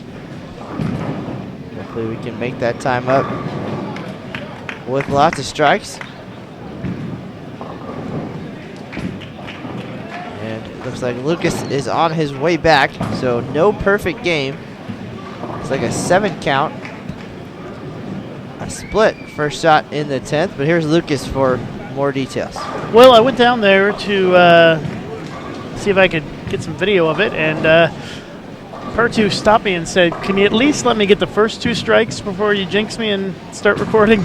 Did he really? So, yeah. Nice. So, unfortunately, he did not get past the first one in the 10th. He left the 2 for 10 and shot 265. And actually, the first thing he said when I walked up was, "Oh boy, here comes 265." Seriously, that's what he said. And it ended up being exactly that. So apparently, Pertu has a second job as a psychic or a clairvoyant because he knew exactly what was going to happen. Or he's watched enough live streams I think he has. to know what you do. So 265, good score, but disappointing finish. No pun intended. Well, while you're down there, did you happen to hear the details about what is bringing lanes 3 and 4 into play here? I think 3 and 4 were already in play. It's just they're moving to that pair finally. There it is. All right. Yep. I think that the bowlers on 27 and 28 finally finished. And so now they're able to move to their proper pairs. And they did get a couple of balls of practice, I think, because of the delay for the people who were moving to those pairs. All right, well, there you have it. The 40 lane center, 1 and 2, dark. And then 37, 38, 39, 40 also not being used. Same as singles event. And so that means that the 4th game is finally over, although we're almost done with game 5 here. It does mean that most likely the 3rd squad's going to start late tonight. I don't know how late. I would guess probably about 20 to 30 minutes behind schedule. Well, we know the Kegel guys and the Kegel Flex lane walkers can get things done pretty quickly and hopefully possibly oil up to 3 and 4 or whatever their slowest pair is going to end up being. So we'll see. Yeah, unfortunately they have to pull the machines out from the right by 1 and 2, which is 3 and 4 is going to be one of the last pairs to finish today. So I don't think we're going to be able to make up much ground, but it only takes 40 minutes to oil, so that helps to save a little bit of time. But this squad's scheduled to be done at 5, and it's not going to be close. And it looks like the standings are updated. Big moves by Colombia and Canada that game. 2 big games, and they have surged to the top. Yeah, Colombia shot a big game. And Still waiting for it to update here on the computer, but it's updated in-house. As soon as it scrolls all the way through, we'll read it to you again.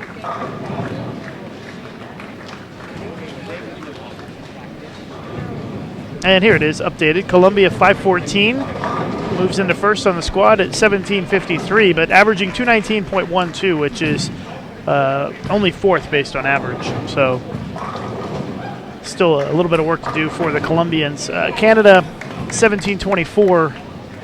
They are second on this squad. After that, it drops pretty dramatically down to Chinese Taipei at 1666, England at 1653, Pakistan at 1653, and the USA at 1650.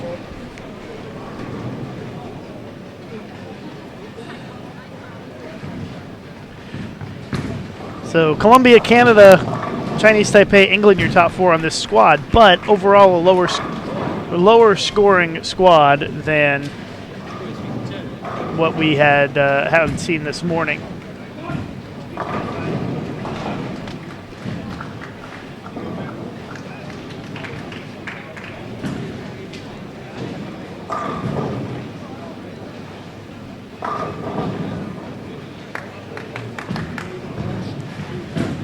Well, Lucas, game 5 was where it got tricky for squad 1 today, and we'll see if this squad can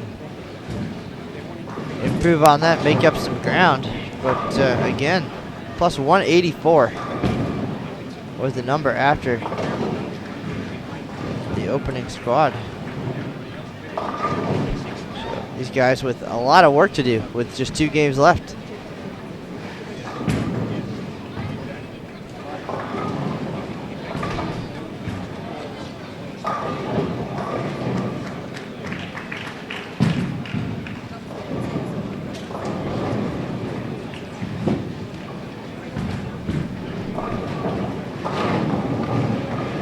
Yeah, the scores from the first squad looking better and better.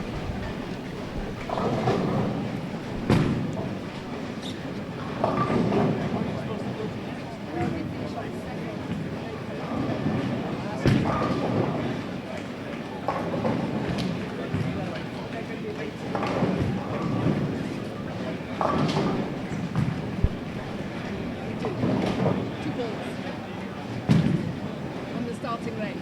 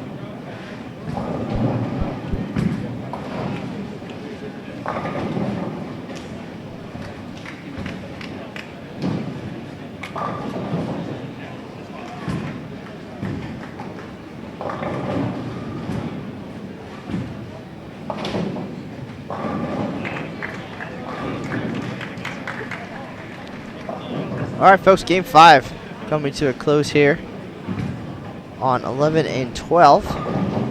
UAE and Wales. And our other pair, Australia and the Philippines. A couple frames left.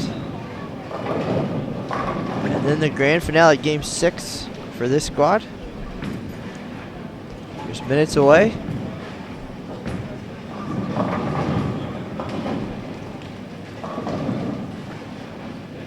Then sadly, 2/3 of today's live streaming will be complete.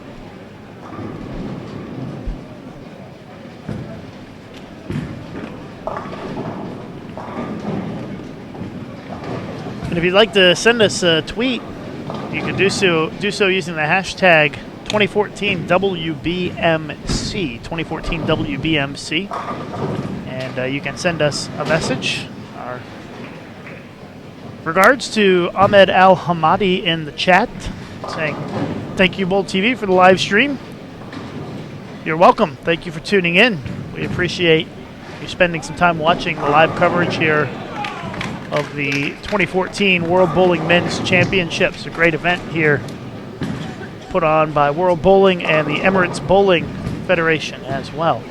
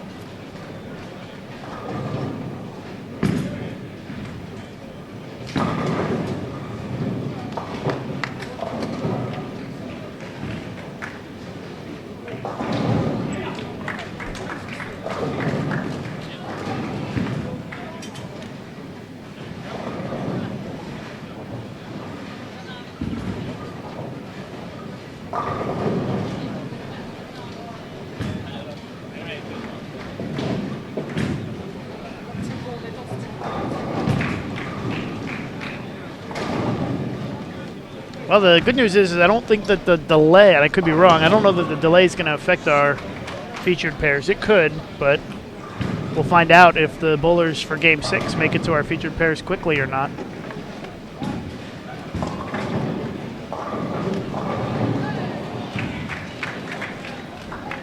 But considering they are just a few frames into game number 5 on some of the pairs, and it looks like they're continue to have some problems down on 27 and 28 with having to put its scores by hand. I think that it's most likely that the third squad won't start till closer to 6:30 at this point. So that would be in a little bit less than 2 hours from now.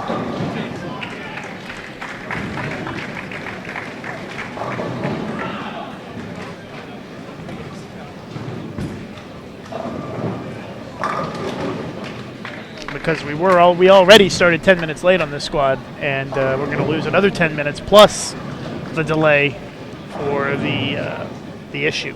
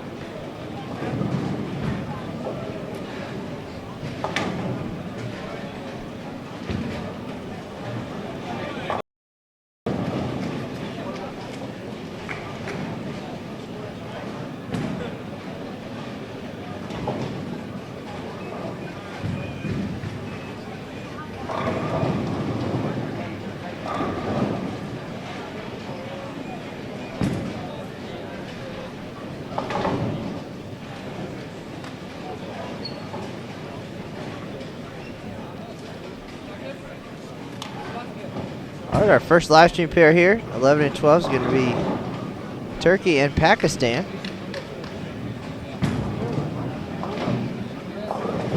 Pakistan 4th after 4 games.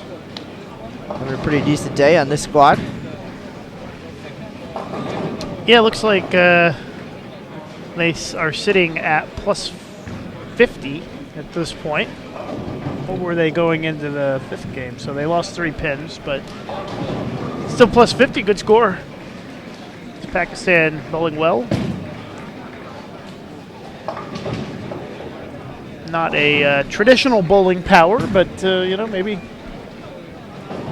be nice if one day in the future they become competitive. That's what everybody wants. Everybody wants every country to be competitive as possible, because that helps the Olympic effort. The more competitive it is, the better.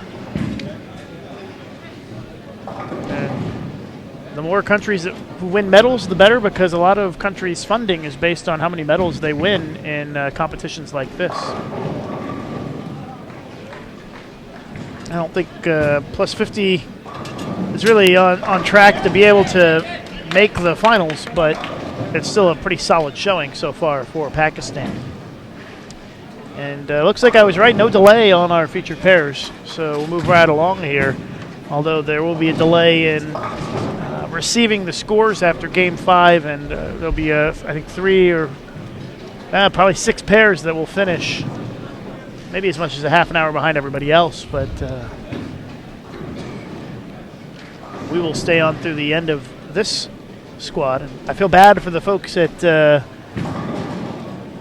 Dhabi local TV, because their pair is the one that's going to be a little behind. But anyways, we're moving right along here. Last game in progress. Sean Rash and Marshall Kent, if you want to follow them on the live scoring, are down on 27 and 28. They're still in Game 5. 3 and 4, Sweden is down there with Egypt, and they are also still in Game 5. We are starting Game 6 right now here on the featured pairs.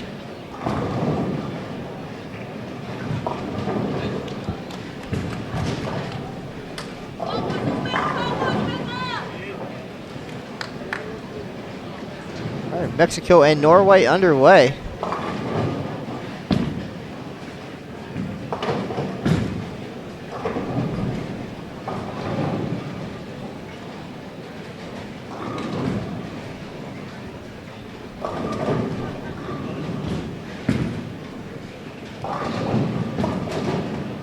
Pairs might be the first ones done. John Serbinski checking in on Twitter, saying, "Good, doing well, gentlemen. Keep up the fantastic coverage." Thanks, John.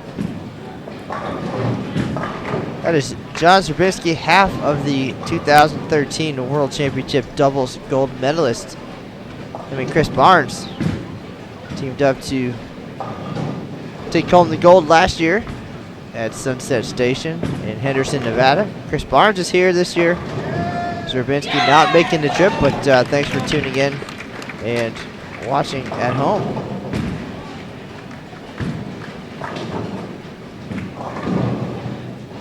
I wonder if he's wearing his gold medal right now. Probably has it framed and hanging up somewhere in his house, I would guess.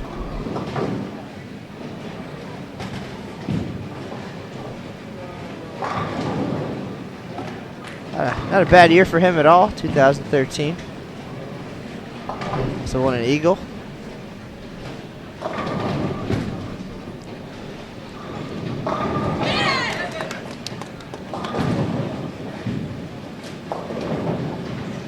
Nine, 10, 11, 12 are featured pairs. If you want to follow the live scoring or see what's going on, live scoring is a little bit ahead. So if you want to impress your friends and seem like you are psychic, you can watch the live scoring and say, hey, I think such and such is going to strike on this next shot, and then amaze them by turning on the live streaming and showing them the strike. It's almost like magic. Norway, Mexico, Pakistan, Turkey to close things out on this squad. Again, one more squad to go after this one.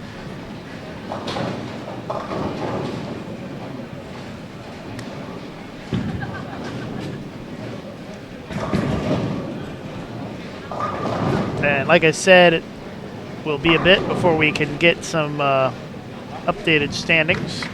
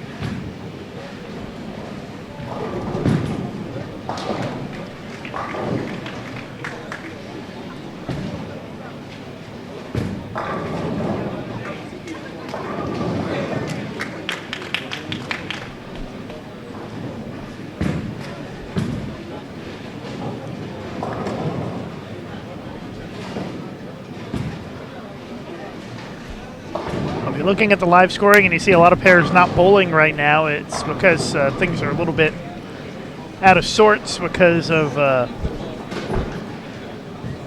believe, a breakdown that occurred that kind of put the halt on things for a bit. Fortunately, we're not that far behind, but we will be behind schedule. And the third squad will start at least 30 minutes late, I think.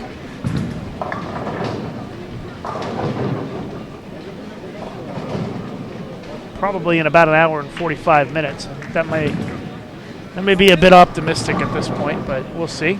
They are able to run the lanes in 40 minutes, so that certainly helps things out.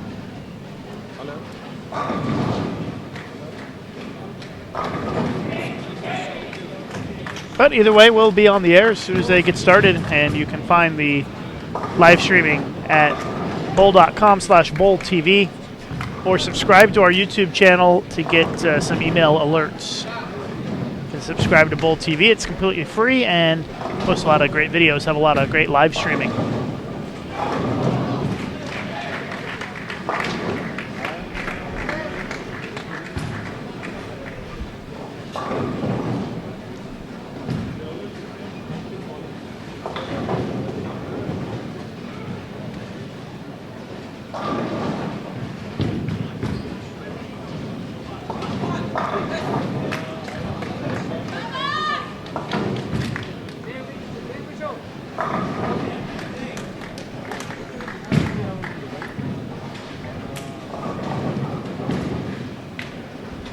And of course, our two featured pairs able to cruise it along at an even faster pace because they've got nobody on either side of them currently.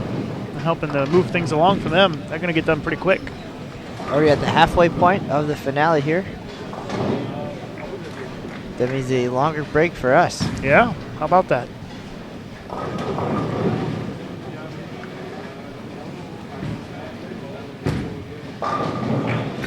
We always post the start of the squad on our USBC Twitter and Facebook, so if you follow USBC on Twitter at USBC, you'll always know when the live stream is getting started here on Bull TV.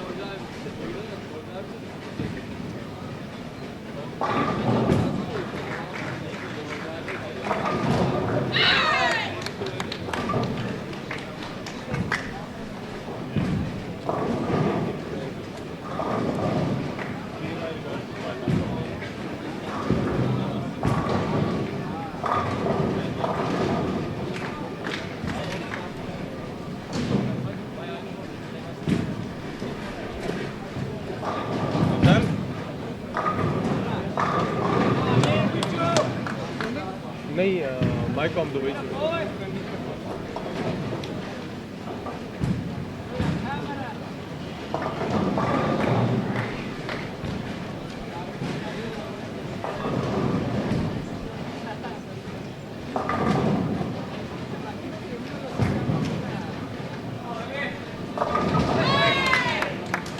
Pakistan continuing to bowl well here, having a great showing.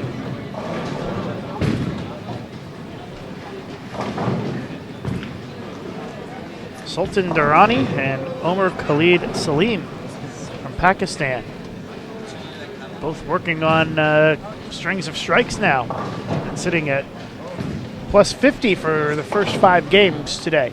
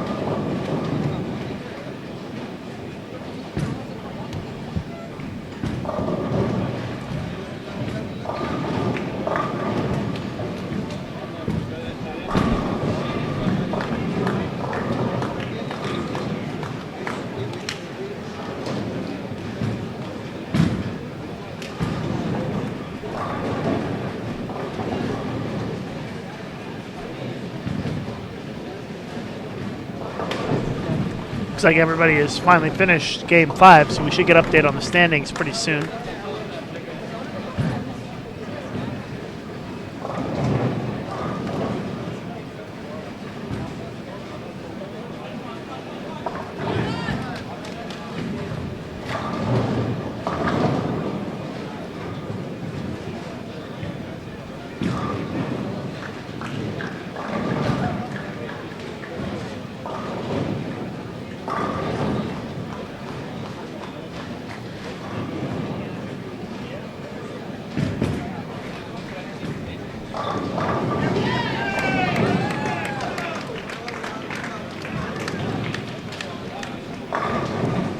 Certainly looks like Pakistan is going to finish in positive territory the way they're going right now for the squad.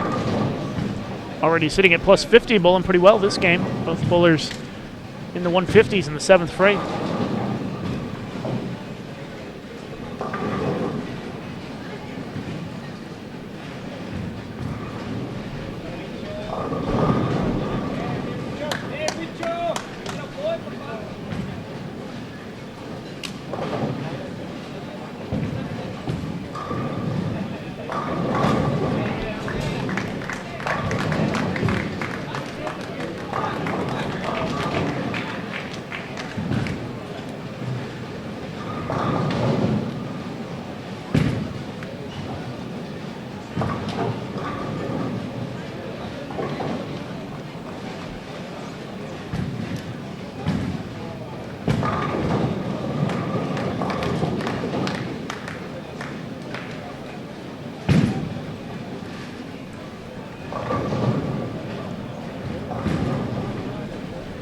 All right, standings coming in. Canada has moved into the lead at 21-16 on this squad.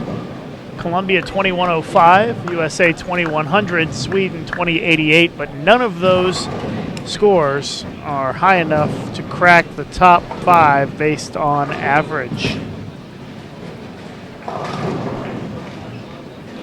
Or top 4, I should say. So right now, looking like potentially nobody from this squad will make it into the top 4. And I think that if somebody does, it may only be one spot. We have one team slip into 4th place, but right now, scores a little bit on the lower side on this squad. As we are now in game number 6 across the house. Which means we're looking at finishing this squad about a few minutes after 5:30, maybe right at 5:30, local time here. So I'm thinking a 6:30 start time looks pretty good for the next squad. So about an hour and a half from now.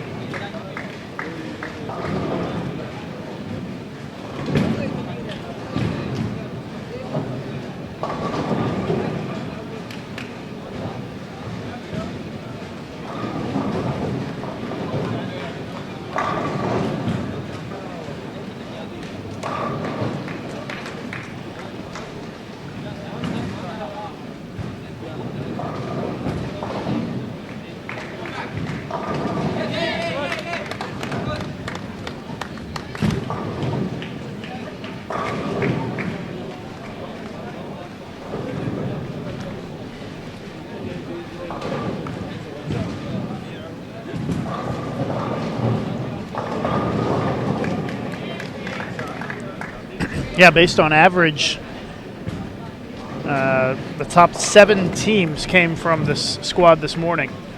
So the highest team from this squad would be 8th based on average if they maintain that scoring pace in the last game.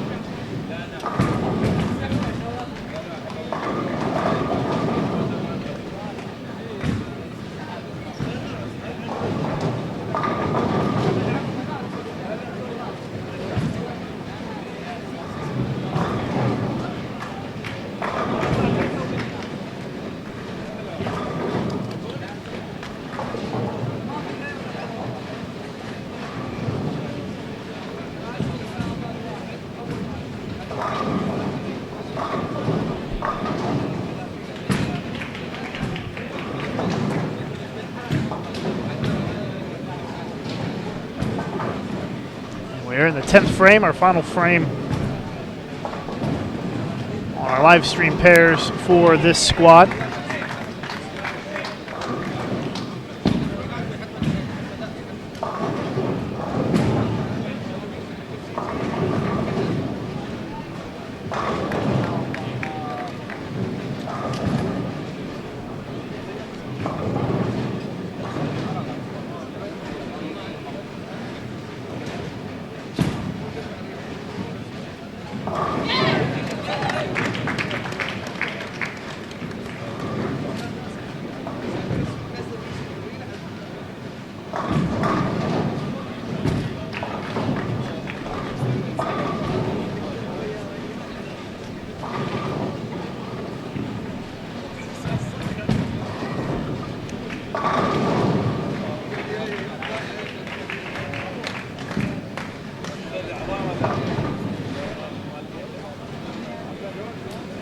Luis Cassian, Mexico 268.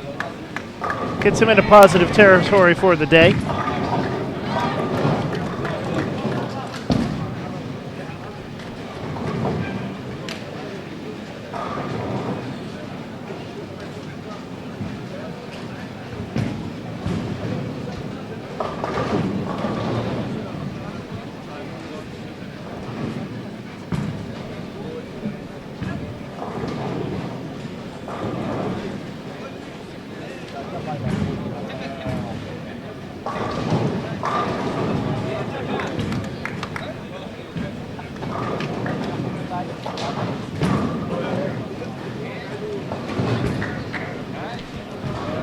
Pakistan's going to be in positive territory again this game.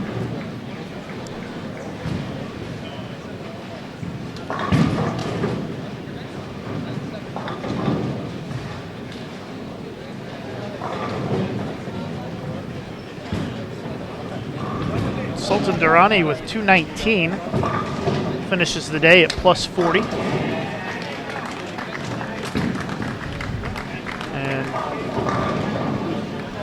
Omar Khalid Salim looking at a max score of 202.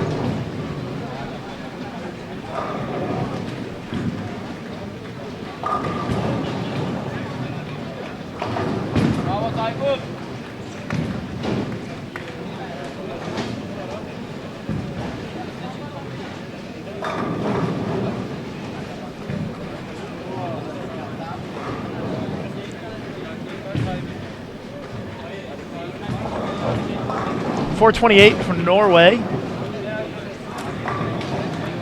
Mexico, last shot coming up, looking at 458. Ends up being 457. We've just got 2 more shots to go before we are done on the live stream pairs for squad number 2. As of now, doesn't look like any team is going to move into the top 4. All the top teams coming from that first squad today.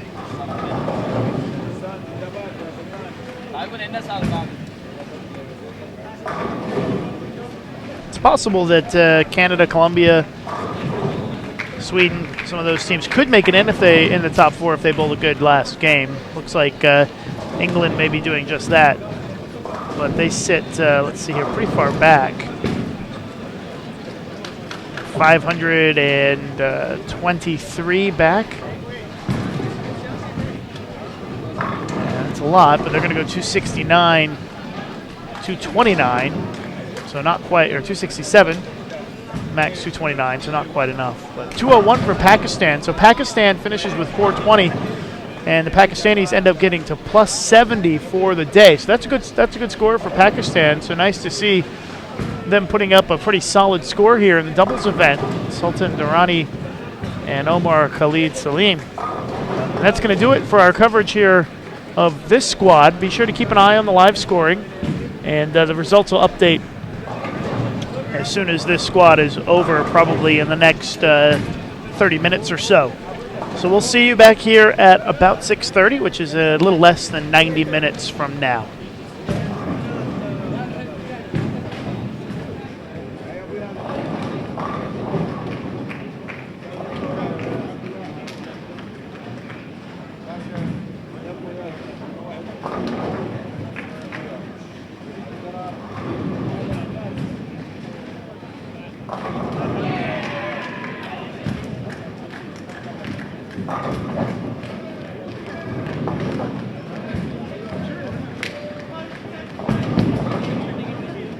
अभी आ रहा है